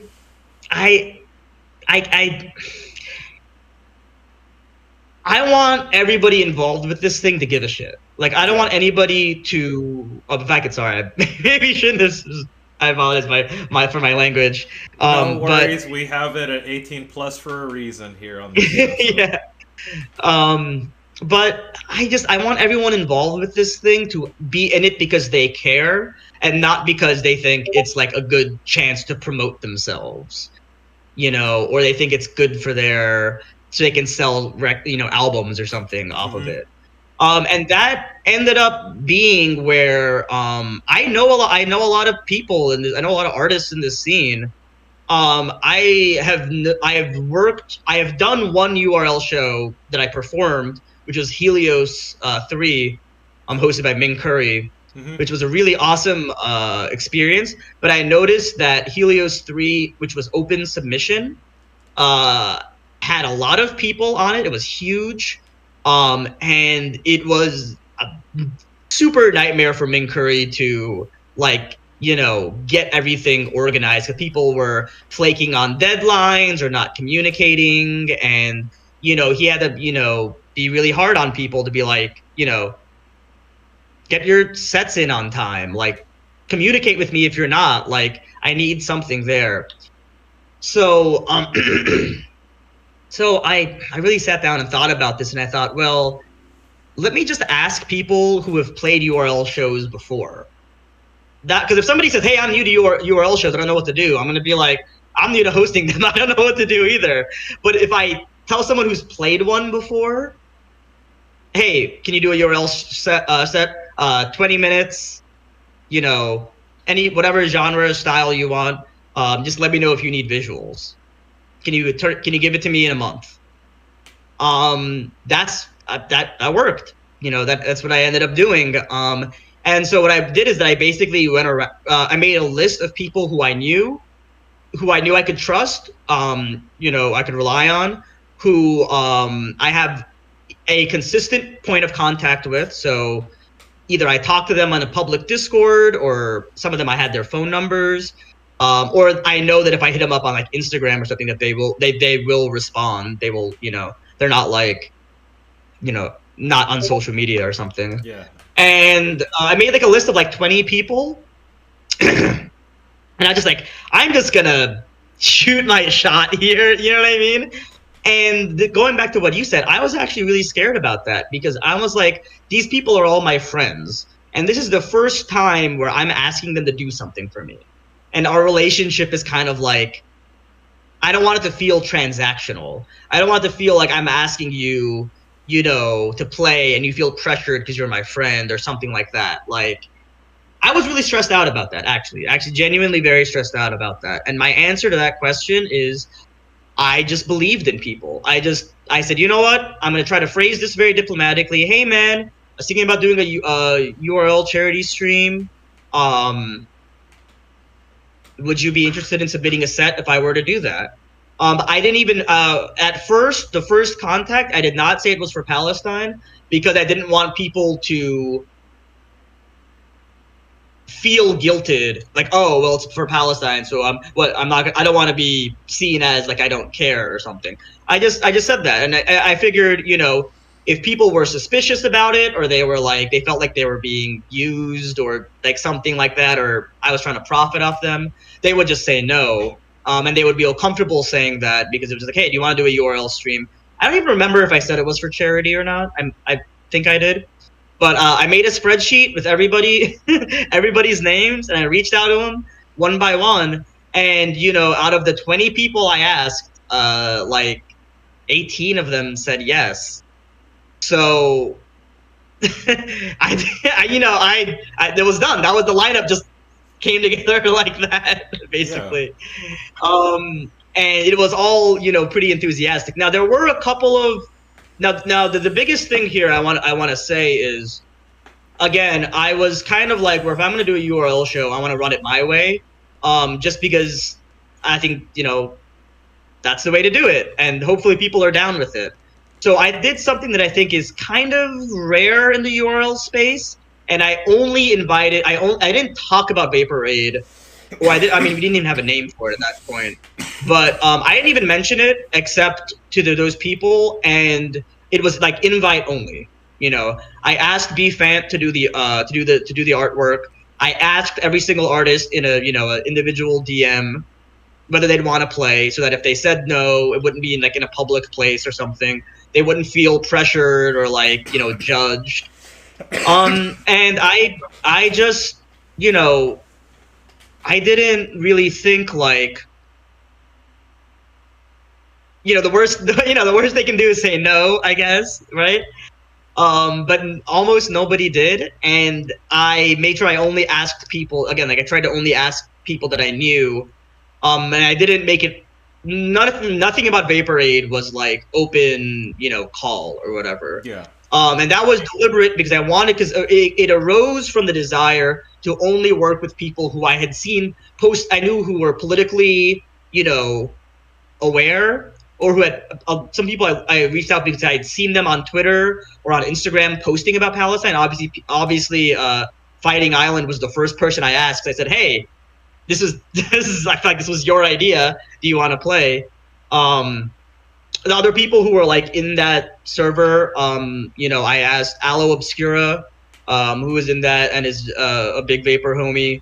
Had never done a URL show before, but I said, hey, you know what? Everyone else on this thing is like a URL vet. So if you're the one person who's new to it, like that's fine. Like, you know what? But I want to give you a chance to kind of, because she was kind of like, oh, you know what? I kind of want to, I have an idea for a set like that might be cool. And I said, well, everybody on here is kind of an established name. I think it would be cool to have one person who's brand new and give you a shot, because that's what happened for me. With Helios, Ming Curry gave me a shot. And I think everybody, needs that. And once you have that power, they kind of give someone, a leg up, or they put their work in front of the masses. I think it's a very powerful thing. And it's a power that should be used both to reinforce the legends, but also to bring up, the newbies, so to speak. And I felt a little bad, like I didn't really ask any. Again, everybody I asked had, to my knowledge, like I had seen them play URL shows before. Yeah. And this is important because all this happened because I attend URL shows a lot. I watch them. I get hyped for them. Again, I participated in one. So having seen a lot of them, I have friends who are artists who have, I'll be honest, complained a little bit about shows they've been on and said, the communication was so bad here. They couldn't commit to a date, or I didn't know how long my set was supposed to be and I got ghosted. Like, I've heard about that stuff too, because I know these artists and people talk. So my thought was, well, I want to run an event where the artists feel like I care about them. And I feel like I'm treating them well. If the artists who are playing it feel like they're being treated well, and their art is being respected, and their time is being respected, hopefully that will make them kind of want to participate. Someone like Keith Rankin, Giant Claw, who played. I know this guy is busy as hell. He's got stuff going on. But I also know he does very deeply care about, a lot of issues in the world. And, he was a busy guy, but I sent him a DM and I said, hey, you want to play this? And he was like, absolutely. Like, just, keep me in the loop. So I kept him in the loop. I made sure he knew ASAP when the deadline was, when the show was going to be, as soon as I had set times, I messaged everyone and told them when their sets were going to be. I checked in on people every, every 2 weeks. I would just go through my spreadsheet again and message, Discord message, Instagram, text, I would make like a notepad update, I would type something up, or a Word document, and then I would just take a screenshot of it and just send that picture to to everybody. And at the bottom, and they would say, hey, everybody, 2 weeks till sets are due. Just giving you a heads up, blah, blah, blah. Let me know if you need visuals, somebody volunteered to do visuals. So if you don't have one, let me know. Whatever. And then at the end, it would say, respond to this. Let me know how your set's going. So I know you read it. Yeah. So that was the communication. I was very upfront with people, but I tried to keep it professional-y in the sense that's I want to respect your time and your art. I don't want to give anyone a last minute. Nothing should be last minute. Nothing should be blindsided. No one should be saying, wait, sets are due in 2 days? Because guess what? If someone has a set due in 2 days, they're probably not gonna do it. Yeah. So, and they might have to think, I have to drop. So the way around that is to just communicate. Come out the gate with clear communication. Make it clear that you, the organizer, are taking this seriously. You're taking them seriously. You're not taking them for granted. and try to anticipate their needs. Very clear deadlines that don't change. You know, although a little bit of leeway if they need extra time. A lot of people, not a lot, but a few people ended up needing extra time, and I had set the deadlines earlier than needed to be so that I could afford to give people extra time. Yeah. Because when you're in a position where you can give grace to somebody else, where you can give that sort of consideration, like, hey, I know you're having a tough time. You know what? You can submit it on Wednesday instead of Sunday, no problem. Yeah. That's a great feeling, to be able to give that to someone. So I kind of planned all these things out. Like, this show has got to be ASAP because the need is very dire. So there was like 2 months between me reaching out to people and the show. This all happened in 2 months. And I even apologize. Like, hey, I'm sorry. I'm sorry I'm giving you guys, only a month to work on stuff. But it really ended up being something that people were on board with. They were kind of enthusiastic about, and they were fine with the tight deadline. As long as I held up my end by communicating. I like to think the people who played it were very happy with it at the end. Yeah. Well, that was the long version. I told you it was the long version. I am beyond glad that you went with the long version. It answered a lot of questions that I was going to be delving into. You actually covered basically more than what I actually had in mind, and that's not a negative by any means. What it continues to be, though, is another clear indication as to why I and a lot of us here on the show knew that you were the perfect person to continue to be on our show here, which now I'm personally starting to feel that this is not going to just be the last time you might be on here. I really again think that you have presented very well what it takes and what it means to, again, truly care and feel strongly, not just about a cause, but about other people's work, about being respectful and mindful of all of these different kinds of situations in people's lives when it comes to this, whether it be just being an artist or caring about a situation that's happening in the world.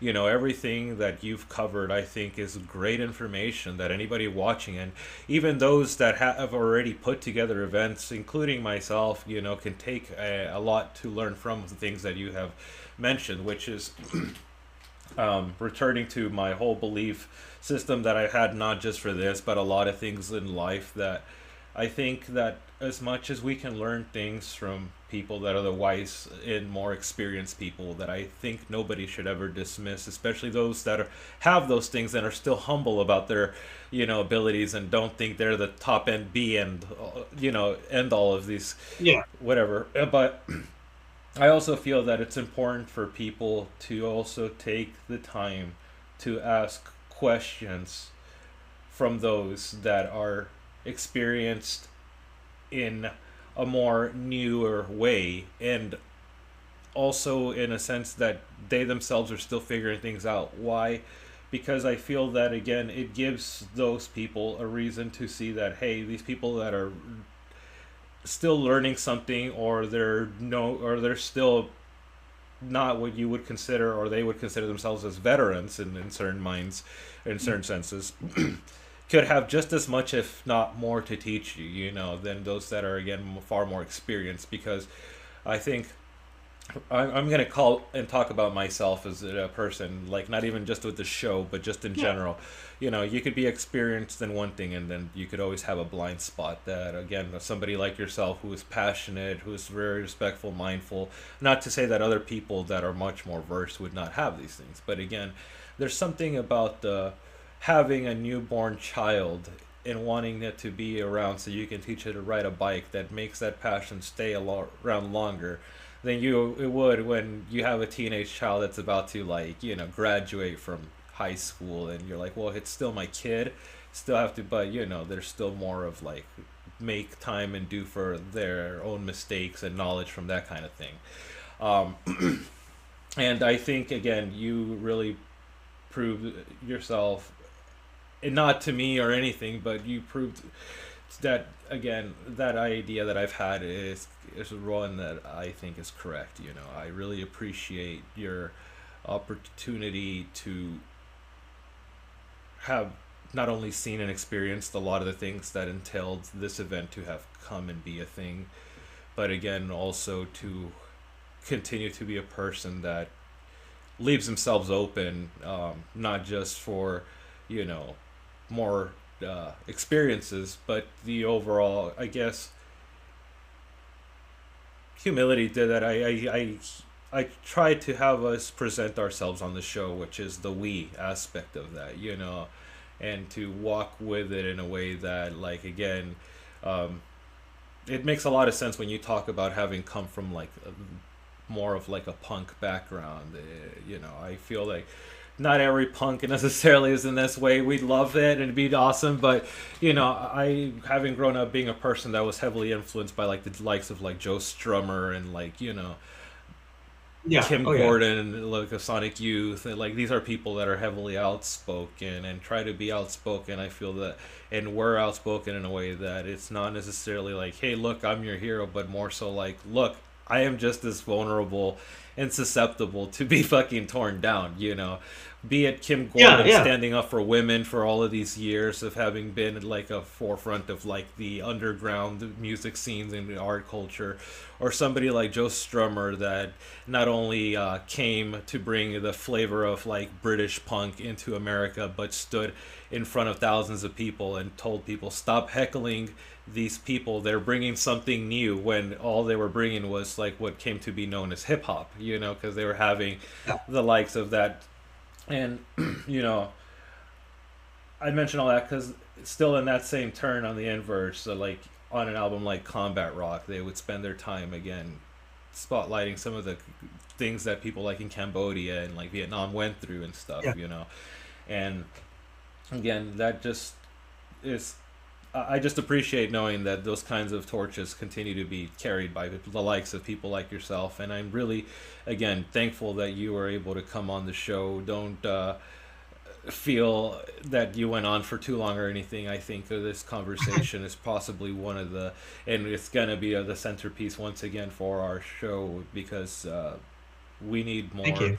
No, thank you. We really do need more energy like this, and not just the music world and in the art scenes, but just in general, like for people themselves to carry this kind of thing. The world is very fucking scary. It's not getting any like nicer. It's not getting any friendlier, and that doesn't mean that people should start becoming more isolationist minded or should start becoming very derivative of their own abilities in that regard. I am wearing a shirt that says "Be the Change," and some people could see that as some form of slogan or anything, but no, it is a very that has actually always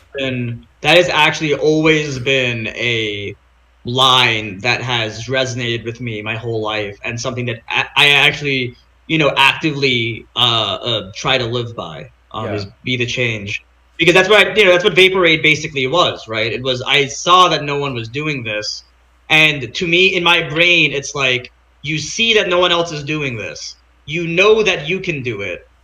It's not even a question of like, that you should do it, then you should do it. It's almost like a duty. Hinduism is very kind of insistent on the like dharma, the idea of duty. Like, what does that mean? And I think this, to me, is how I live that in my life. Yeah. And to go back to your previous example, actually, again, I have a specific example for you. When I was growing up, just getting into music, I was kind of a late bloomer. I wasn't really into music even until I was in like middle school, like going on to high school. Because I didn't have a pop cultural connection. My parents were from India. I didn't really have an outlet into American pop culture. I grew up with MTV when I first got into music, so it was that era. And System of a Down was the band for me that actually really changed how I thought about what an artist can do. Because, I would like have to say that the System of a Down is one of these bands that, first off, it is insane that they're as popular as they are, because they make the most unique, off the wall, barely marketable type of like metal fusion that is just it's something that there's nothing else like it in the mainstream on their level, on the sort of multi-platinum metal rock sphere. There's no one else who even makes music like that, first off.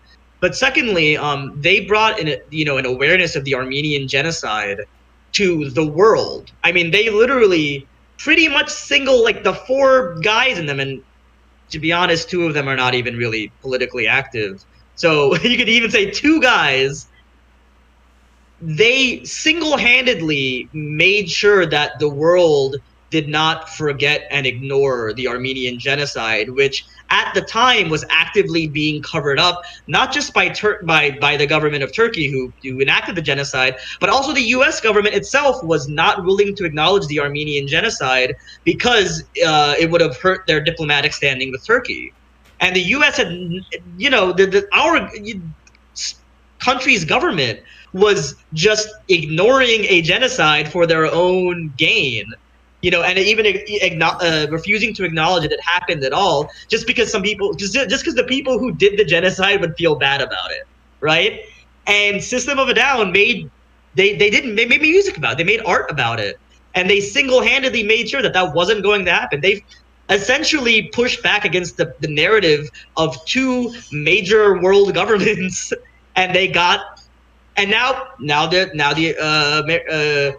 actually, I need to check on that, actually, to see what the formal recognition is, because the U.S. government still was very slow to acknowledge the Armenian genocide, and I don't know to what extent they even formally acknowledge it now. But it's a thing that the world knows about now, and they know about it almost single-handedly because of System of a Down, almost single-handedly because of those musicians and their music. And they weren't politicians, they didn't come from a wealthy background. They weren't, they didn't work in media or anything like that. They just made art about it. And the art was so passionate, and it was so compelling that people had to take, they wouldn't be ignored. And it just got me thinking, like, that can happen. Like, music can do that, and, people sometimes go into an artistic endeavor or a career even, maybe wanting something out of it. But I don't, they didn't start System of a Down necessarily to bring awareness of the Armenian genocide. It was something that came from deep within them. They couldn't not talk about it. Yeah. And that's an example I will always keep to heart, because that's, and again, coming on the topic of genocide, which is of course very pertinent to the reason why Vapor Aid happened in the first place, because there's a genocide happening in Palestine right now that's still going on. Yeah. And,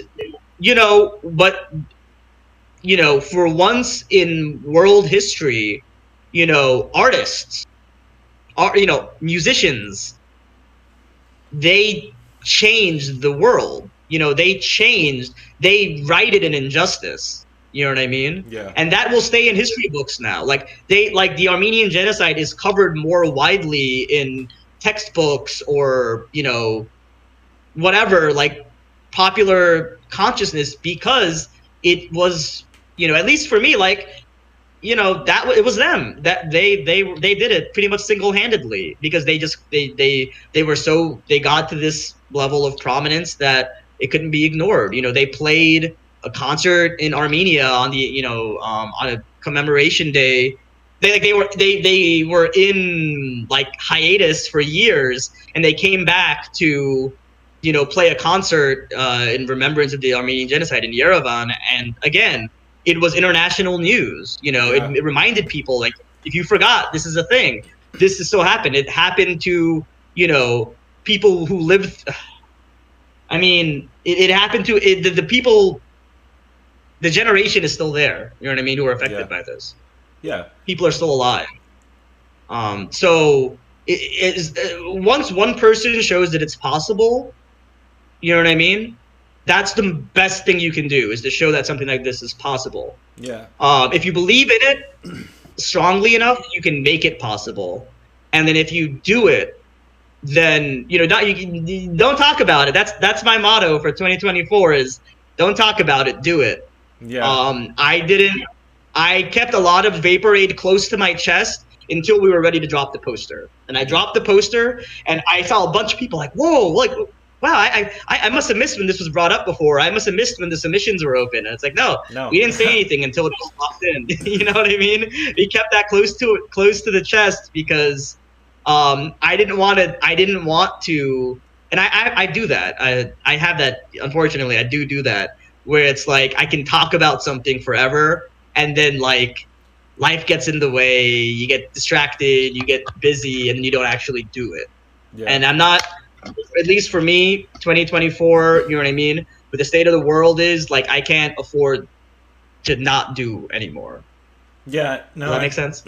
No, I can't afford to not do something. Yeah, no, and it makes perfect sense, and I'm glad that you have and are doing something, and will more than likely continue to do something. With that having all been spoken, Quiz, once again, thank you for having been able to come and just have this overall conversation. Of course.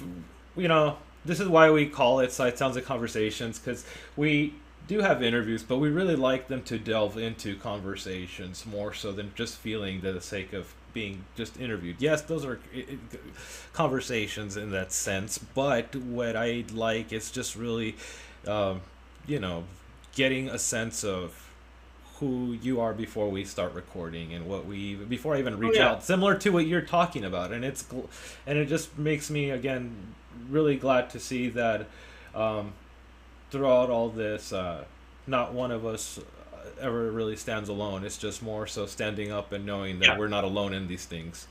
But you know, with all that mentioned, thanks again for having been on. I don't mean to cut you or cut this at all, but I think what we have gathered here today, I think, has been really great and valuable information. And I would hate to overwhelm our viewers or anybody that may stumble across this later on, you know, because I really do, again, wholeheartedly believe that the information that you have given all of us here today is something that should be taken quite seriously, and not in a way that I would say seriously that do your cleanup or else. I mean more so like quite seriously in a manner more so of like, you know, we all have it in us. It's just again a matter of knowing to push through. Before we leave, I just want to also tell anybody watching, whether it be the premiere of this or later on just when it's available on YouTube,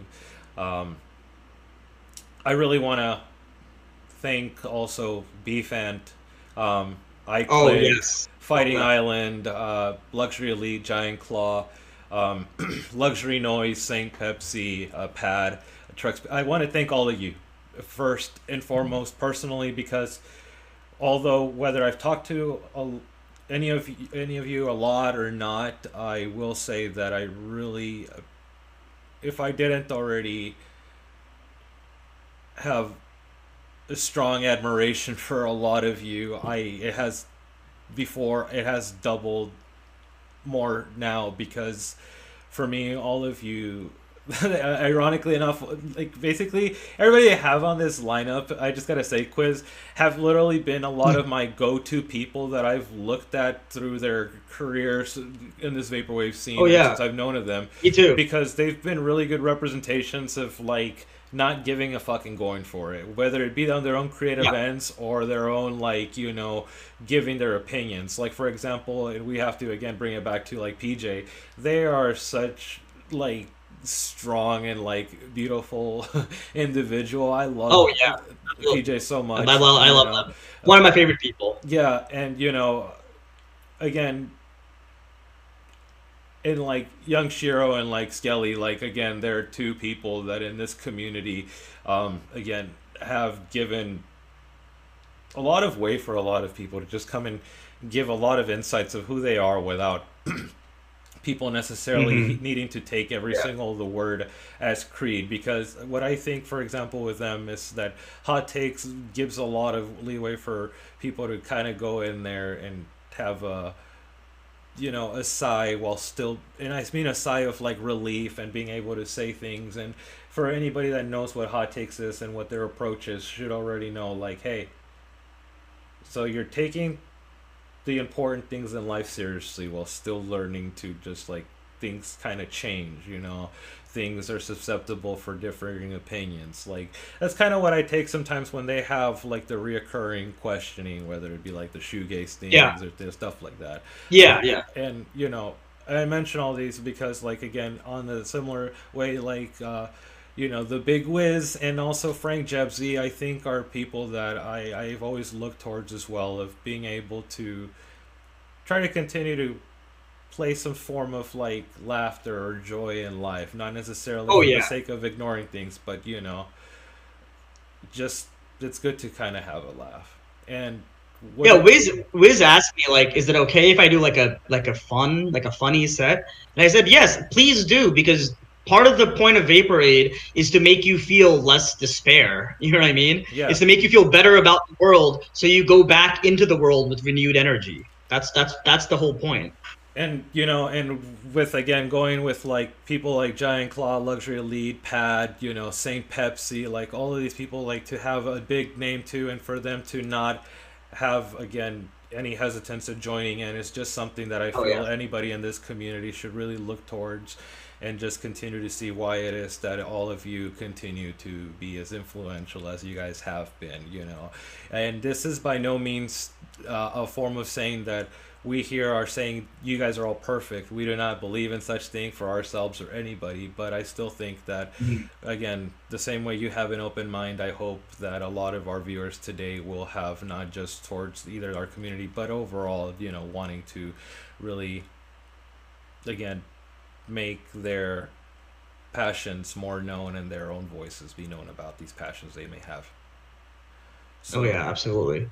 Can I say one last closing thought here, if you don't mind? Of course.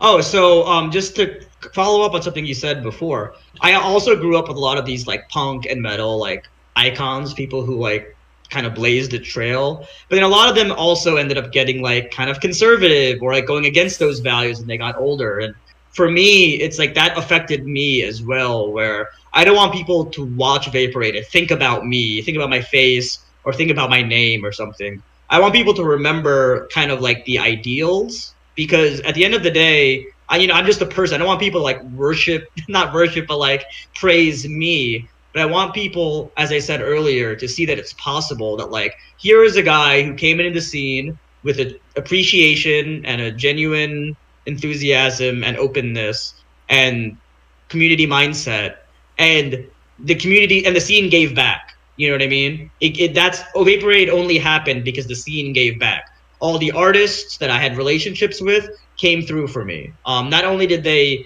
deliver sets, a lot of them have described their sets as the best URL sets they've ever done. Fiber especially was so jazzed about his set. I actually let him have a little longer set because he was really excited about it. And it went a little over time. I said, well, if it's the best that you've ever done, don't cut any of it. We'll just let you go for extra time.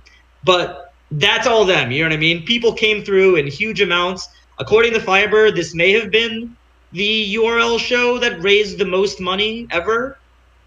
Possibly. We were at $4,638. Nice.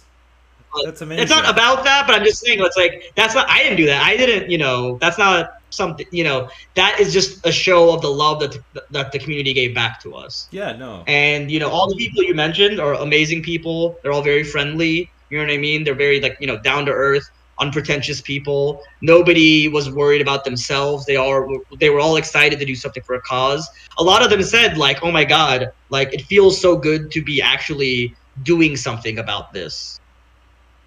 And so I want more people to do their own events, to do, their own Vaporades, so to speak, to do more community events, because it's like when we give people a platform to showcase what they can do, it's crazy what we can accomplish. And I want people to feel like the power of community, the power of love, the power of understanding, and compassion, are powerful. And you can see what it was able to accomplish with Vaporade. It's the house that love built. It wasn't me. Maybe I held the hammer, but love built that house, and let's make that house a neighborhood. You know what I mean? Let's make that neighborhood a community. Indeed, we will. Let's make that community a family. Well, We have set a lot of lumber and a lot of nails here, and let's go ahead and let people pick up some hammers and nails. And with that, Hopefully. we will Yeah, be back okay. for more. Thank you very much. That's a hot take. So I have a hot take for you. My hot take? Well, I think some artists need to put a little more energy in their live set. Overly complicated tracks are things that kind of ruin a track for me. Don't stick to any kind of genre label. Future bass is the worst music genre ever created. Barber Beats was the original vaporwave. Fuck General MIDI Choir. It's all bad. Bruh. Worst album artwork I've ever seen is Green Day's Father of All Motherfuckers, probably. I find new music often, and I usually illegally download it. Stuff that sounds good. Sampleless vaporwave is still vaporwave, buddy. MIDI wave is a form of vaporwave. Deal with it. Gen Z is the future of vaporwave. I said it. What is your musical guilty pleasure, Vapebearer? It's gotta be K-pop. If you don't like mint chocolate chip ice cream, you are a baby. Music isn't real. I smell weed.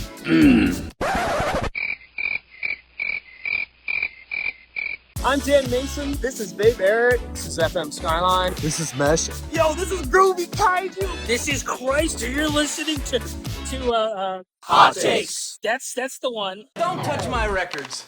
Ever.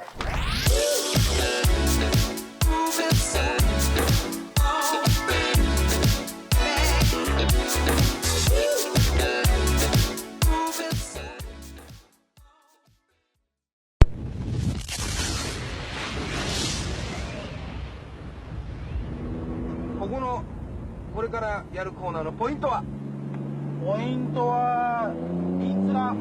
ラこういう風に対抗者来てるのやっちゃうから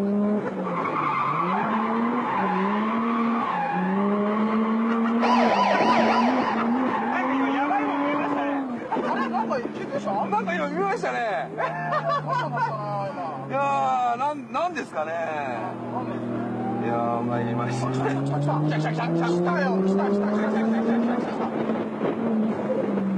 べえな。やばいな。大きくやべえ。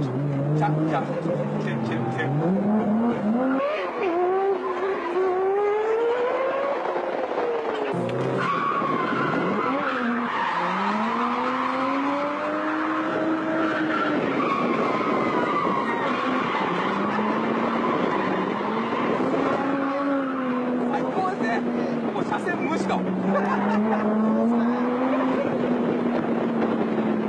うやっぱり足場がもうちょっと柔らかければいけるかなということですね。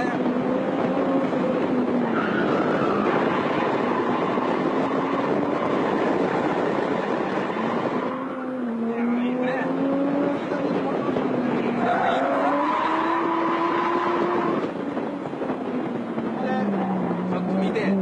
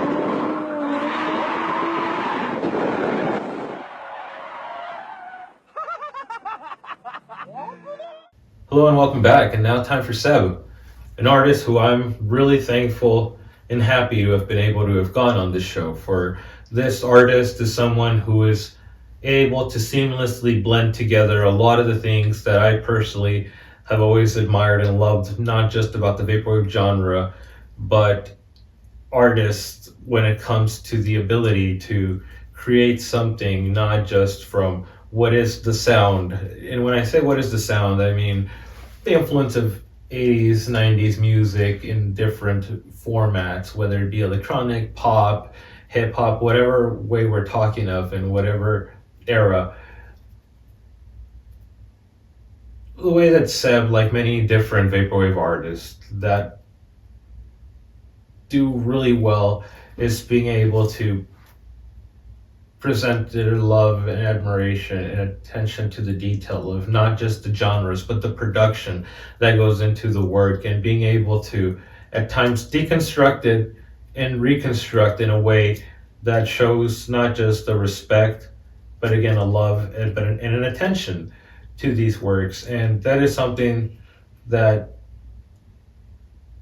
in tandem with a lot of what we've had on the show, I think Seb is a great representation of what I personally think is a good aspiration for a representative of, again, getting out and putting yourself into the furthest reaches that you can.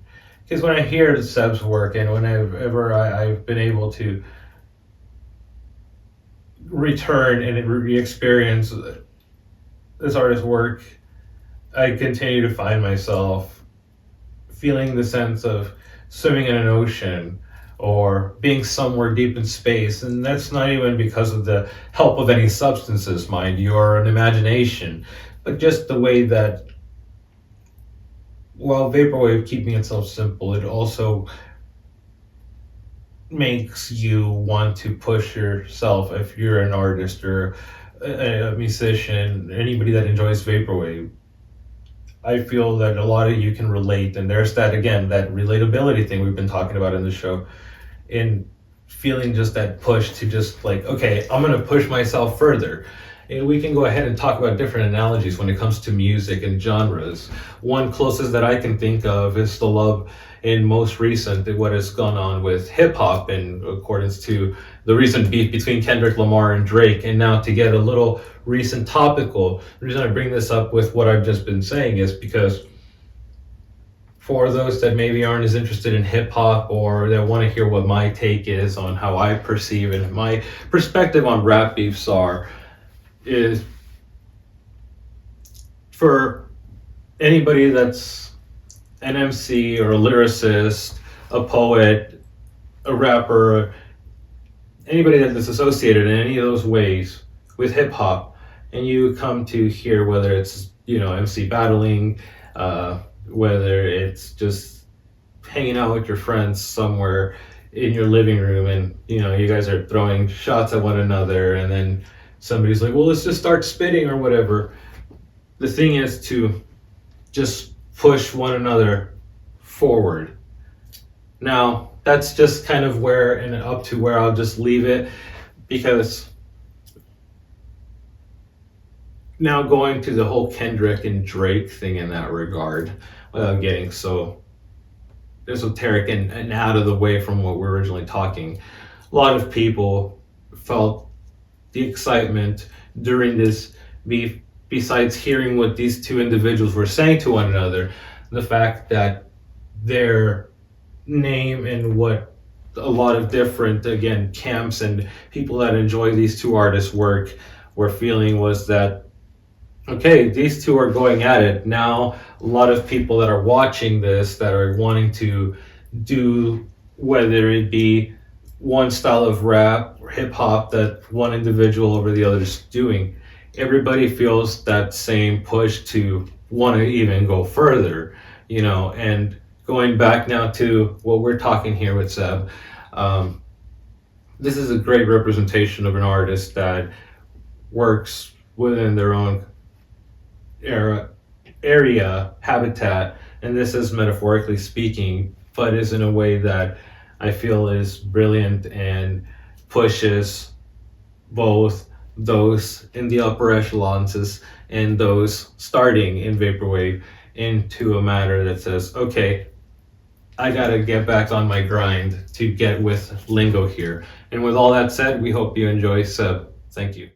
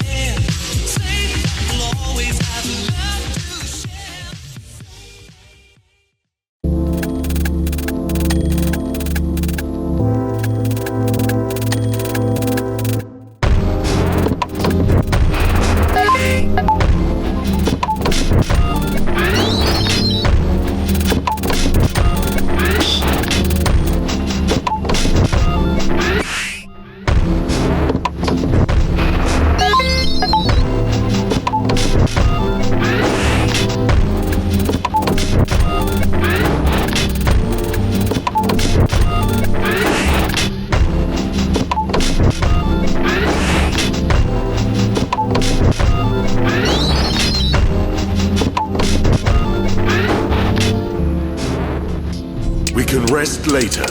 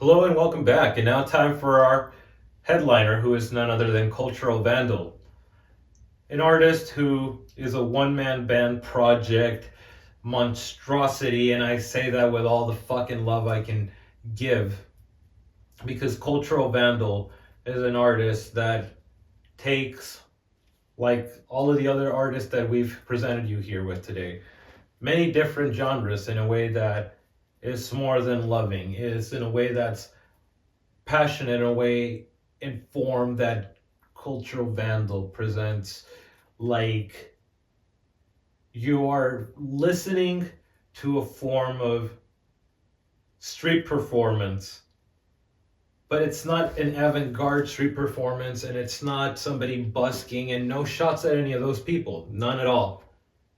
But this is like you're watching a street performance in a musical form of seeing a street artist and two female MMA fighters getting into a street fight while there's somebody playing a DJ set that is just hanging off of their, like, made machinery.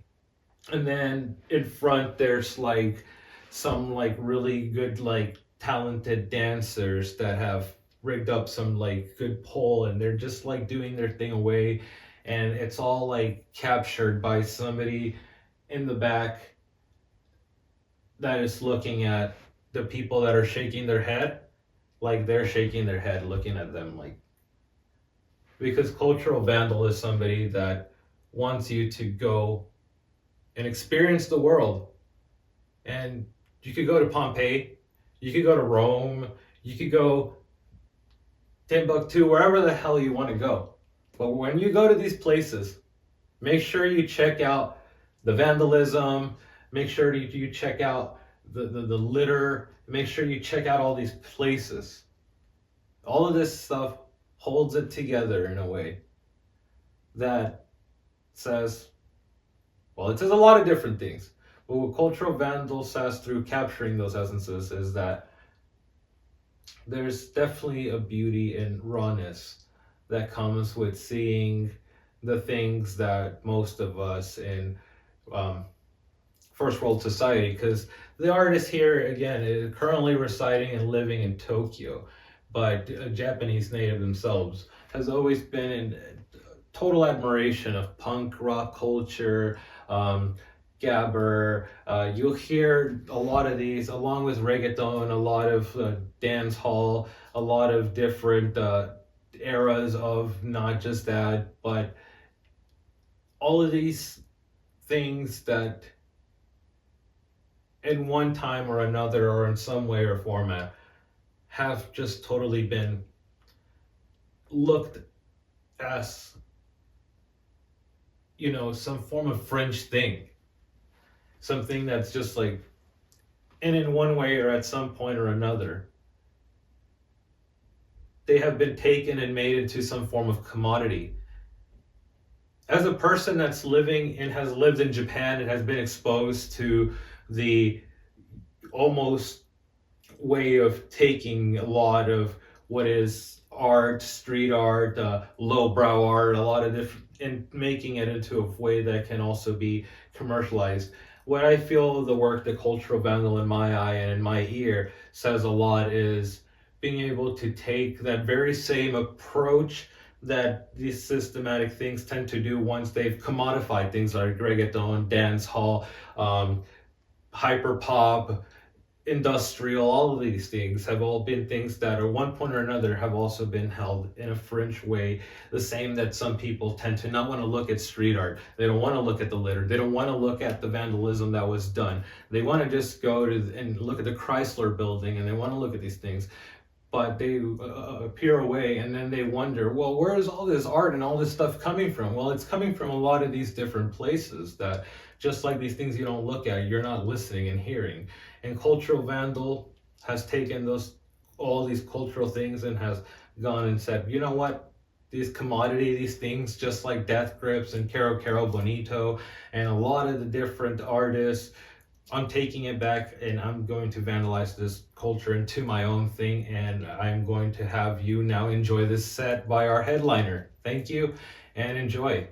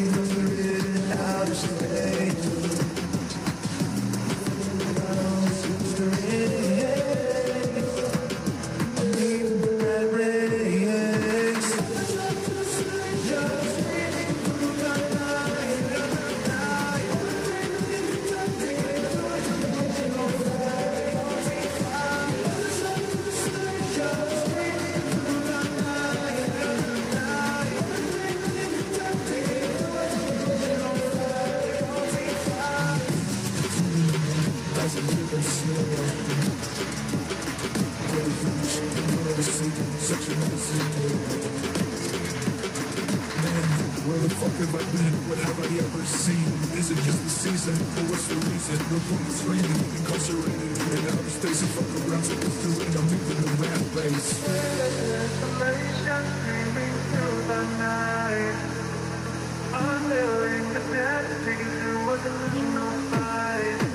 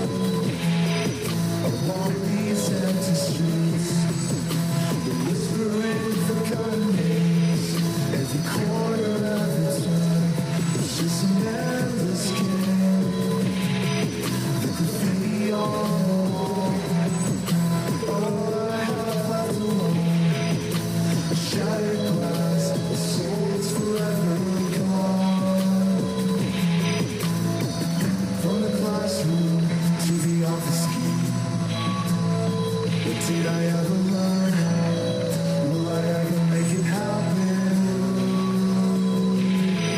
I choke on oxygen. In the air, it won't let me sleep. These fading views that linger as I walk.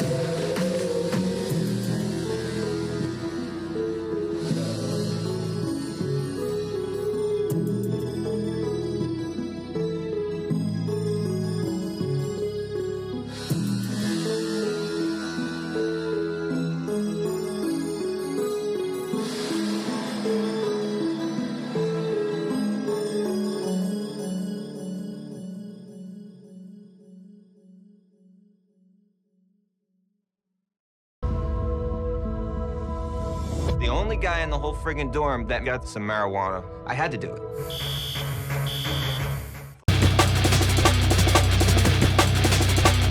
But. Hello and welcome back. And for today's show opener is none other than last month's headliner, who is Lucid Sound of Death, an artist who we'll be continuing to work with closely until the lead up of their debut album. And we felt, not only because we were working close with them, but with like every other artist on this edition, is able to present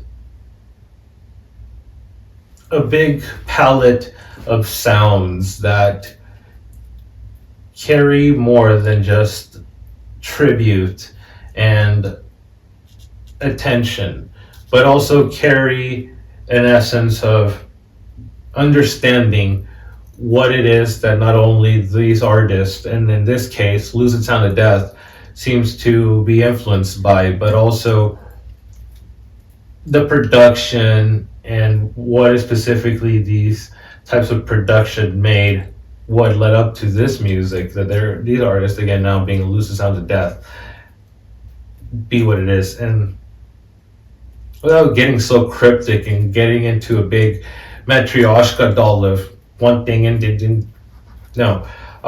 Lucid Sound of Death is an artist that, again, while doing that, also carries the analytics, and it carries the raw edge, not to sound buzzwordy here, but it carries a raw edge that is very akin to who we want to pay a close tribute to with this introduction, because it just felt so appropriate. But for this small moment, we want to make a small moment of silence for the memory of Steve Albini, producer of so many amazing works of music and having been part of so many amazing albums like albums, and also in bands, whether it be Shellac or Big Black, the production, of course, of some of the more well-known albums like Nirvana's work, but without getting so far, we just want to go ahead and just take a moment of silence for the memory of Steve Albini.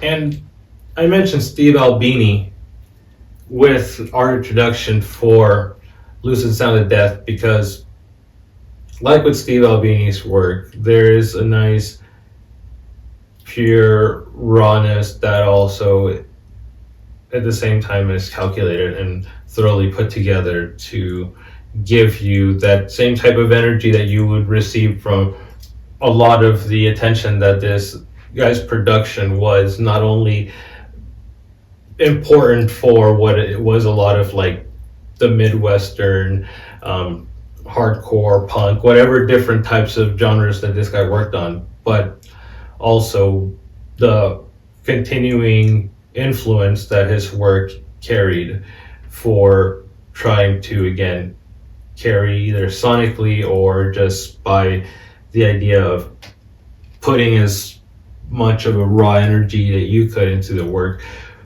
Lucid Sound of Death is an artist who just, again, in the same cloth like somebody like Steve Albini or a lot of punk rock, a lot of Atari, Teenage Riot, Death Grips, a lot of these other artists, there is a fine line between calculated and total destruction, and we love and we want a lot of artists like Lucid Sound of Death, and this is why we're more than happy to continue to work close with them until we have the celebration of their debut album upon us. And with that, we bring you Lucid Sound of Death. Thank you.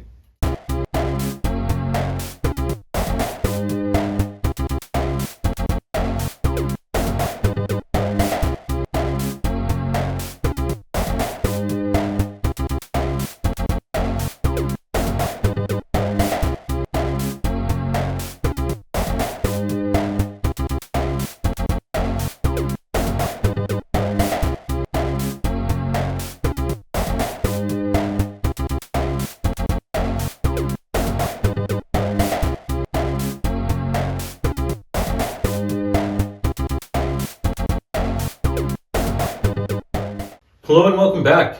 And that was our show. I want to thank all of you that watched and are still watching.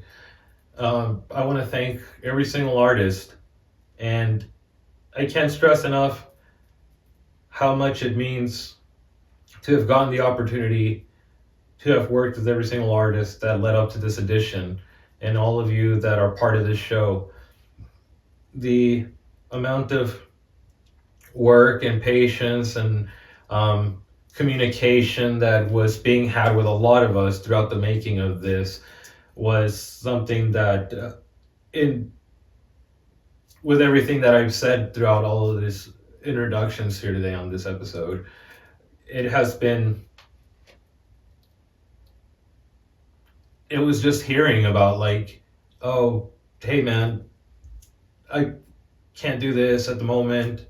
Unfortunately, my company, and I say that because before I go further, I myself was having an issue with my employment as well, and now I'm currently now back out into what we call the work market. And as I currently the filming of this and in my search, some artists that we originally wanted to be a part of this edition, because we wanted to really have a big and expanded edition with a lot of different artists. Even with the music video, we wanted to expand it onto like an hour plus music video block.